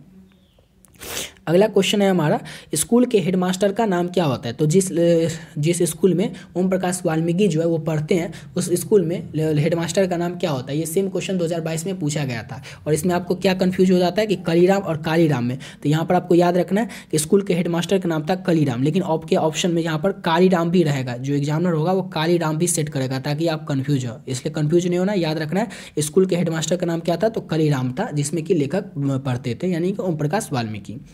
अब ओम प्रकाश वाल्मीकि की जन्म की बात करें तो ऊपर बता चुके हैं। इनका जन्म कब हुआ था? तो इनका जन्म हुआ था 30 जून 1950 को। ओम प्रकाश वाल्मीकि का जन्म कब हुआ था? तो 30 जून 1950 को हुआ था। अगला क्वेश्चन करते हैं और नेक्स्ट क्वेश्चन है हमारा, सलाम कहानी संग्रह के कहानीकार हैं, यानी कि सलाम क्या है? तो कहानी संग्रह है और इस कहानी संग्रह के कहानीकार कौन है? तो जयशंकर प्रसाद है। ऑप्शन नंबर इसका ए हो जाएगा। अगला क्वेश्चन करते हैं और नेक्स्ट क्वेश्चन है हमारा, ओम प्रकाश वाल्मीकि की रचना कौन सी है? तो बताने की जरूरत नहीं है, जूठन जो है ये ओम प्रकाश वाल्मीकि की रचना है। अगला क्वेश्चन है हमारा, यहाँ पर सुरेंद्र होना चाहिए था, समझ गए। सुरेंद्र सिंह किसका पोता था? सुरेंद्र सिंह जो है ना उसमें एक दिया पात्र है, वो किसका पोता था? तो सुखदेव सिंह त्यागी का पोता था सुरेंद्र सिंह। ऑप्शन ए हो जाएगा। अगला क्वेश्चन है, दलित साहित्य का सौंदर्य शास्त्र के लेखक, इसके लेखक है ओम प्रकाश वाल्मीकि। इसको बहुत अच्छे से याद रखिएगा, समझ गए ना। वैसे तो जितना क्वेश्चन है सबको याद ही रखना है, लेकिन कुछ क्वेश्चन जो आपको अगर बता देते हैं कि इसको अच्छे से याद रखना है, मतलब ये समझ लीजिए कोई क्वेश्चन आने की संभावना बहुत ज़्यादा है, तो याद रखिएगा इसको। अब अगला क्वेश्चन है हमारा, जूठन क्या है? तो कई बार तो बता ही चुके, जूठन एक आत्मकथा है ओम प्रकाश वाल्मीकि की। जूठन में चित्रण हुआ है, तो जूठन में जो है किसका चित्रण किया गया? तो जूठन जो पार्ट है इसमें चित्रण किया गया सामाजिक विषमता का, यानी कि समाज में किस तरह का विषमता है इसी का चित्रण किया गया जूठन पार्ट में। आत्मकथा लेखक की माँ किसके यहाँ काम करती थी? आत्मकथा लेखक यानी कि जो ओम प्रकाश वाल्मीकि की माँ थी वो किसके यहाँ काम करती थी? तो ब्रह्मदेव सिंह त्यागी के यहाँ पर तगा लिखा हुआ है, लेकिन त्यागी के यहाँ घर पे काम करती थी जो लेखक है ओम प्रकाश वाल्मीकि, उनकी माँ। अगला क्वेश्चन है, ओम प्रकाश ने किस नाट्यशाला की स्थापना की थी? इंपॉर्टेंट है, याद रखिएगा। मेघदूत नामक नाट्यशाला की स्थापना ओम प्रकाश वाल्मीकि ने किया था। अगला क्वेश्चन है, मेघदूत नामक नाट्यशाला कहाँ पर स्थापित हुआ था? मेघदूत नामक नाट्यशाला जो है यह स्थापित हुआ था महाराष्ट्र में। ऑप्शन नंबर इसका डी हो जाएगा। अगला क्वेश्चन है, ये तो पता ही है, दलित साहित्य का सौंदर्य शास्त्र रचनाकार ओम प्रकाश वाल्मीकि। अगला क्वेश्चन है, जूठन किस चेतना की रचना है? तो जूठन जो है ये राजनीतिक चेतना की रचना है, यानी कि ऑप्शन नंबर इसका बी हो जाएगा। अगला क्वेश्चन है हमारा, अब और नहीं वाल्मीकि यानी कि ओम प्रकाश वाल्मीकि की अब और नहीं जो है ये किस प्रकार की कृति है? कहानी, कविता, उपन्यास या निबंध है? तो ये अब और नहीं जो है ये ओम प्रकाश वाल्मीकि की कविता है। ऑप्शन नंबर बी हो जाएगा। अगला क्वेश्चन है, जूठन, ये तो पता है जूठन किस विधा में? तो आत्मकथा है और जूठन, ऑप्शन सी हो जाएगा। अगला क्वेश्चन, और यहाँ पर शायद कंप्लीट हो गया हमारा चैप्टर 10। अब चैप्टर 11 क्या है, चैप्टर 11 क्या है, तो चैप्टर 11 है हंसते हुए मेरा अकेलापन। अब ये समझ लीजिए कि ये है क्या, तो एक डायरी है। मलियज जो थे, अब होता है ना कि लोग डायरी लिखते हैं, तो डायरी के जो कुछ पन्ने हैं उसी को इसमें ऐड कर दिया गया, चैप्टर बना दिया गया। तो समझ गए कि हंसते हुए मेरा अकेलापन क्या है, तो डायरी है, लेखक कौन है, तो मलियज। थोड़ा सा मलियज के बारे में देख लेते हैं। तो मलियज का जो जन्म है ये हुआ था 1935 को, मृत्यु हुई थी 16 अप्रैल 1982 को, और जन्म स्थान कहाँ है, यानी कि इनका जन्म जो हुआ था 1935 में कहाँ पर हुआ था, तो महुई आजमगढ़ उत्तर प्रदेश में मलियज का जन्म हुआ था। माता का नाम था इनका प्रभावती देवी, और इनके पिता का नाम था त्रिलोकीनाथ वर्मा, और इनका मूल नाम, ये इंपॉर्टेंट है, इनका मूल नाम क्या था, तो मलियज का मूल नाम था भरत जी श्रीवास्तव। तो थोड़ा सा मलियज के बारे में आप समझ लिए, चैप्टर क्या है उस बारे में समझ लिए। अब तो इस चैप्टर के क्वेश्चन को शुरू करते हैं। तो यहाँ पर हम लोग पहुँच चुके हैं किस चैप्टर पे, तो हम लोग पहुँच चुके हैं चैप्टर 11 पे। अब बस चैप्टर 11, 12 और 13, बस मतलब इसको मिला करके 3 चैप्टर बचा हुआ है। क्वेश्चन नंबर 268 पर पहुँच चुके हैं, और टाइम हो चुका है 1 घंटा 27 मिनट। लगभग 2 घंटे से पहले ही आपका पूरा जो है वो चैप्टर कंप्लीट हो जाएगा। तो इस चैप्टर का जो पहला क्वेश्चन है वो है मलियज की रचना नहीं है। कौन सी रचना मलियज की नहीं है 4 ऑप्शन में से, तो इसका हो जाएगा इनमें से कोई नहीं, ऑप्शन नंबर इसका डी हो जाएगा। अगला क्वेश्चन है सुरक्षा कहाँ हो सकती है, तो सुरक्षा जो है वो चुनौती को झेलने में हो सकती है, ऑप्शन नंबर इसका डी हो जाएगा। अगला क्वेश्चन है रचने और भोगने का रिश्ता कैसा होता है, तो रचने और भोगने का जो रिश्ता होता है ये द्वंद्वात्मक प्रभाव का होता है, ऑप्शन नंबर इसका ए हो जाएगा। अगला क्वेश्चन है हंसते हुए मेरे अकेलापन के लेखक कौन है, तो ऊपर ही देख चुके हैं मलियज है हंसते हुए मेरा अकेलापन के लेखक। और मलियज का जन्म कब हुआ था, तो मलियज का जन्म ऊपर ही बता चुके हैं 1935 1935 में मलियज का जन्म हुआ था। मलियज का मूल नाम क्या था, तो याद रखना मलियज का जो मूल नाम है वो भरत जी श्रीवास्तव था, ऑप्शन नंबर इसका बी हो जाएगा। अगला क्वेश्चन है हमारा कौन सी रचना मलियज की है। 4 ऑप्शन में से आपको बताना है कि कौन सी जो रचना है वो मलियज की है। अब 4 ऑप्शन पढ़िए तो क्या क्या है, एक चादर मैली सी, भीनी भीनी चदरिया, उसके बाद क्या है कविता के साक्षात्कार, और चौथा ऑप्शन क्या है, तो मौत के मुस्कुराए। तो कविता के जो साक्षात्कार है ये मलियज की रचना है, यानी कि ऑप्शन क्या हो जाएगा, तो ऑप्शन नंबर इसका सी हो जाएगा। एक और चीज़ आपको याद रखना है, ये कई बार पूछ भी लेता है कि कविता के जो साक्षात्कार है ये लिखा कब गया था, तो 1979 में ये मलियज के द्वारा कविता के साक्षात्कार जो है ये लिखा गया था 1979 में। अगला क्वेश्चन है कौन सी रचना मलियज की नहीं है। 4 ऑप्शन में सबको बताना है, अगर 4 ऑप्शन पढ़ेंगे तो थोड़ा ज़्यादा टाइम लग जाएगा, इसलिए आपको डिटेल में बताते नहीं है। तो देखिए जख्म पर धूल और संवाद एकाल्प रामचंद्र शुक्ल, ये तीनों जो है ये मलियज की रचना है, लेकिन सुनो राधिका जो है राधिका ये मलियज की रचना नहीं है। अगला क्वेश्चन है हमारा कविता संग्रह है, तो 4 ऑप्शन में से बताना कि कौन सा कविता संग्रह है, तो जख्म पर धूल जो है ये कविता संग्रह है। अगला क्वेश्चन है हमारा हंसते हुए मेरा अकेलापन किस विधा में लिखित है, यानी कि हंसते हुए मेरा अकेलापन क्या है, तो ऊपर ही बता चुके हैं हंसते हुए मेरा अकेलापन जो है डायरी विधा में लिखा गया डायरी है।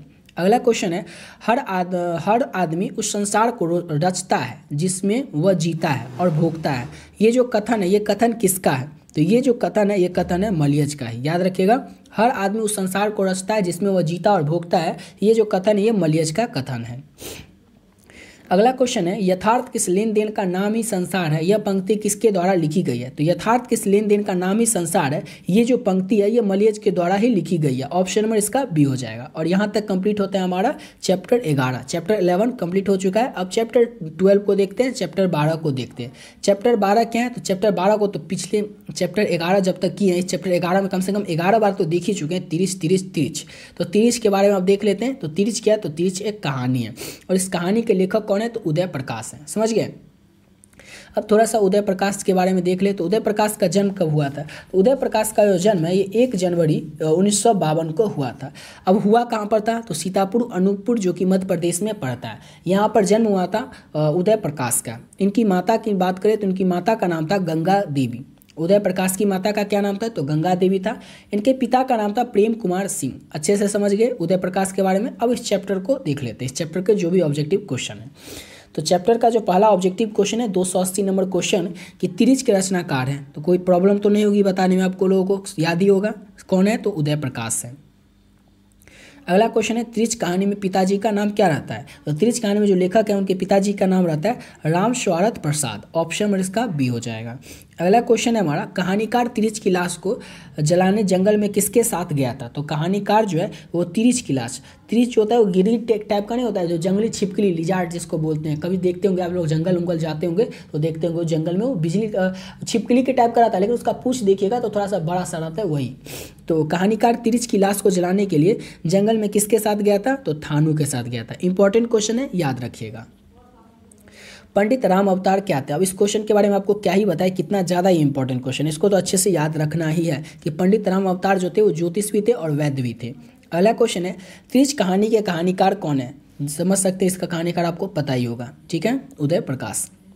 अगला क्वेश्चन है, कौन सी कृति उदय प्रकाश की नहीं है? कौन सी कृति उदय प्रकाश की नहीं है? तो पीली छतरी वाली लड़की, पॉल गोमड़ा का स्कूटर और अंत में प्रार्थना, ये तीनों जो है उदय प्रकाश की कृति है, लेकिन टूटा हुआ फूल जो है ये उदय प्रकाश की कृति नहीं है। ऑप्शन नंबर सी हो जाएगा। अगला क्वेश्चन है, तिरिच कैसी कहानी है? तो तिरिच जो है एक कहानी है, लेकिन किस प्रकार की कहानी है? तो प्रतीकात्मक कहानी है, याद रखिएगा, मनोवैज्ञानिक नहीं है, प्रतीकात्मक कहानी है तिरिच। ऑप्शन डी हो जाएगा। अगला क्वेश्चन है, पिताजी की मृत्यु कैसी होती है? तिरिच पाठ में जो लेखक के पिताजी की मृत्यु होती है वो मानसिक सदमे और अधिक रक्त यानी कि अधिक खून बह जाने के कारण, अधिक रक्तस्राव के कारण लेखक के पिताजी की मृत्यु हो जाती है तिरिच पाठ में। लेकिन अगर आप लोग कोई भी चैप्टर नहीं पढ़े होंगे तो नहीं मत पढ़िएगा, मतलब अगर नहीं पढ़े होंगे तभी आपके पास उतना टाइम नहीं कि आप पढ़े, लेकिन कभी अगर फुर्सत मिले तो 2 चैप्टर आप लोग जरूर पढ़िएगा। 2 चैप्टर कौन कौन है? तो एक चैप्टर तो उसने कहा था कहानी, जो कि एकदम कहानी की तरह बहुत ही अच्छा है, और एक चैप्टर है उदय प्रकाश का, ये लिखा गया तिरिच कहानी। लग के लग रहा कि सुन के लग रहा हो कि बोरिंग हुआ तिरिच, लेकिन एक बार पढ़ के देखिएगा, चैप्टर थोड़ा सा बड़ा लेकिन मजा बहुत आएगा, एक बार पढ़ के देखिएगा दोनों को। अभी तक अगर किसी को नहीं पढ़े ना तो कोई दिक्कत नहीं, लेकिन इस 2 को जरूर पढ़िएगा, एक तो उसने कहा था कहानी और एक तिरिच कहानी, दोनों कहानी को जरूर पढ़िएगा। चलिए अगला क्वेश्चन करते हैं, और अगला क्वेश्चन है हमारा, उदय प्रकाश का जन्म हुआ था? तो ऊपर बता चुके हैं आप लोगों को, उदय प्रकाश का जन्म है ये 1 जनवरी 1952 को हुआ था। अगला क्वेश्चन है, कौन सी कृति उदय प्रकाश की है? कौन सी कृति जो है 4 ऑप्शन में से आपको बताना है, ये उदय प्रकाश की है, तो इसका हो जाएगा दरियाई घोड़ा। ये जो है ये उदय प्रकाश की कृति है, दरियाई घोड़ा। अगला क्वेश्चन है हमारा, तिरिच के लेखक कौन है? कई बार बता चुके हैं, तिरिच के लेखक बताइए आप लोग, उदय प्रकाश। अब तिरिच होता क्या है? तो ऊपर ही आपको बताया था ना, तिरिच एक विस्खापर भी कहीं पर कहते हैं, उसको जहरीला लिजार्ड भी कहते हैं। ऑप्शन इसका डी हो जाएगा। तिरिच क्या होता है? तो विस्खापर या जहरीला लिजार्ड कह सकते हैं। अगला क्वेश्चन है, अरेवा परेवा उदय प्रकाश की कैसी कृति है? ये तो हम समझ गए कि अरेवा परेवा उदय प्रकाश की कृति है, लेकिन किस तरह की ये कृति है? तो अरेवा परेवा जो है ये उदय प्रकाश की कहानी संग्रह है, कहानी है अरेवा परेवा, जो कि लिखा गया था उदय प्रकाश के द्वारा। ऑप्शन में इसका बी हो जाएगा। अगला क्वेश्चन करते हैं, और नेक्स्ट क्वेश्चन है, कहानीकार को सपने में बोलने और चीखने की आदत है, यह किसने बतलाया था? कि कहानीकार जो है उसको सपने में बोलने और चीखने की आदत है। तो कहानीकार जो है उनकी यानी कि उदय प्रकाश की माँ ने बताया था कि उनको सपने में बोलने और चीखने की आदत है। अगला क्वेश्चन है हमारा, तिरिच को कैसी कहानी माना जाता है? तिरिच जो है इसको किस प्रकार की कहानी माना जाता है? तो जादुई यथार्थ की कहानी तिरिच को माना जाता है। ऑप्शन सी हो जाएगा। अगला क्वेश्चन है, तिरिच कहानी की केंद्रीय घटना का संबंध किससे है? तो तिरिच कहानी का जो केंद्रीय घटना का संबंध है वो कहानीकार के पिता से। ये जो कहानी है वो लेखक के पिता से ही संबंध है इस कहानी का। लेकिन पढ़िएगा जरूर, बहुत अच्छा कहानी। अगर आप लोग 12th पास भी कर जाए फिर भी इसको कहानी की तरह पढ़िएगा, जिस तरह से लोग कहानी पढ़ते हैं ना कभी कभी, वैसे पढ़िएगा जरूर। अगला क्वेश्चन है, तिरिच किस प्रकार की रचना है? तो तिरिच जो है ये आधुनिक त्रासदी रचना है। किस प्रकार की रचना है? इंपॉर्टेंट क्वेश्चन है, याद रखिएगा। तो तिरिच जो है ये आधुनिक त्रासदी कहानी है। अगला क्वेश्चन है हमारा, और ये कंप्लीट हो गया, 296 नंबर है ना, हाँ कंप्लीट हो गया हमारा 12 चैप्टर। चलिए अब लास्ट चैप्टर बच गया, आपको बताया था 2 घंटा से पहले हो जाएगा, 1 घंटा 35 मिनट है, यानी 40-45 तक आपका कंप्लीट हो जाएगा 13 चैप्टर। लास्ट चैप्टर है, इसको कर लीजिए, उसके बाद आपका पूरा कंप्लीट हो जाएगा। समझ गए होंगे पूरा अच्छे से, ये तो मुझे पूरा विश्वास है, समझ तो गए होंगे, ऐसा तो हो नहीं सकता कि समझे नहीं होंगे। बस अब ये एक ही प्रॉब्लम बचेगा, वो प्रॉब्लम ये है कि भूल जाइएगा। क्या भूल जाएगा? तो जितना क्वेश्चन पढ़े उसको। लेकिन अगर आप लोग उस PDF को पढ़ लेते हैं अच्छे से, अगर PDF नहीं भी लिए कोई बात नहीं, आप इसको वीडियो को 3-4 बार देख लीजिए, लेकिन अगर PDF लेकर पढ़ेंगे तो और अच्छा रहता। उसको बार-बार बस रिवाइज कर लीजिए, पढ़ लीजिए, बस हो गया। उसके बाद आपका ऑब्जेक्टिव कंप्लीट। अब गद्यखंड में कहीं से भी कुछ भी पूछ ले, इसके बाहर तो कहीं नहीं जा सकता, इतना तो हो ही नहीं सकता, समझ गए? तो चलिए चैप्टर 13 शुरू करते हैं। चैप्टर 13 जो है वो शिक्षा है, समझ गए? जो कि शिक्षा शास्त्र है, कहीं पर आपको शिक्षा शास्त्र दिखेगा, कहीं पर निबंध दिखेगा, जो दिखेगा लगा दीजिएगा टिक।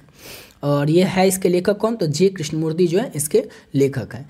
अब जे कृष्णमूर्ति की बात करें कि जे कृष्णमूर्ति के बारे में थोड़ा देख ले कि इनका जन्म कब हुआ था। तो जे कृष्णमूर्ति जो है इनका जन्म हुआ था 12 मई 1895 को। और इनकी मृत्यु कहाँ पर हुई थी? तो मृत्यु के डेट से ज़्यादा इनका मृत्यु कहाँ पर हुआ था वो ज़्यादा इंपॉर्टेंट है। तो मृत्यु हुई थी 17 फरवरी 1986 को, और हुई थी उजय जो कि कैलिफोर्निया में। इसको याद रखिएगा, समझ गए? अब जब मृत्यु हुई है तो जन्म स्थान कहाँ पर है, तो मृत्यु के बाद जन्म की बात करते हैं तो मदनपल्ली चित्तूर जो कि आंध्र प्रदेश में पड़ता है, यहाँ पर इनका जन्म हुआ था। इनका पूरा नाम याद रखिएगा, इंपॉर्टेंट है। जे कृष्णमूर्ति का पूरा नाम था जिद्दू कृष्णमूर्ति और इनकी माता का नाम था सजीवम्मा। समझ गए, माता का नाम क्या था, तो सजीवम्मा था और इनके पिता का नाम था नारायण जिद्दू। जे कृष्णमूर्ति का पूरा देख लिए थोड़ा सा, समझ गए। चलिए अब इनकी थोड़ी सी एक और चीज़ आपको पता होनी चाहिए कि ये जब 10 वर्ष की थी उसी समय इनकी माँ की मृत्यु हो गई। जब जे कृष्णमूर्ति 10 वर्ष की अवस्था में थे उसी समय इनकी माता की मृत्यु हो गई थी। और स्कूल में और शिक्षकों में घर पर पिता के द्वारा बहुत ज़्यादा पीटे गए थे। होते हैं ना बदमाश बच्चा जो स्कूल में सर के द्वारा, घर पर पिताजी के द्वारा बहुत ज़्यादा पीटे गए थे, वैसे बच्चे थे। बचपन से विलक्षण मानसिक अनुभव के थे, यानी कि बचपन से एकदम होशियार थे। समझ गए, तो इतना तो आप समझ गए जे कृष्णमूर्ति के बारे में। अब इसका क्वेश्चन शुरू कर लेते हैं 297 नंबर क्वेश्चन से। थोड़ा सा और वेट कर लीजिए, थोड़ा सा और पढ़ लीजिए, उसके बाद आपका चैप्टर कंप्लीट हो जाएगा। जे कृष्णमूर्ति की इनमें से कौन सी रचना है, 4 ऑप्शन में से आपको बताना है, तो पता ही होगा। शिक्षा है, थोड़ा सा पिछला समझ लीजिए, रोज पता है। आज्ञा की है, बातचीत बालकृष्ण मठ की, संपूर्ण क्रांति जयप्रकाश नारायण की।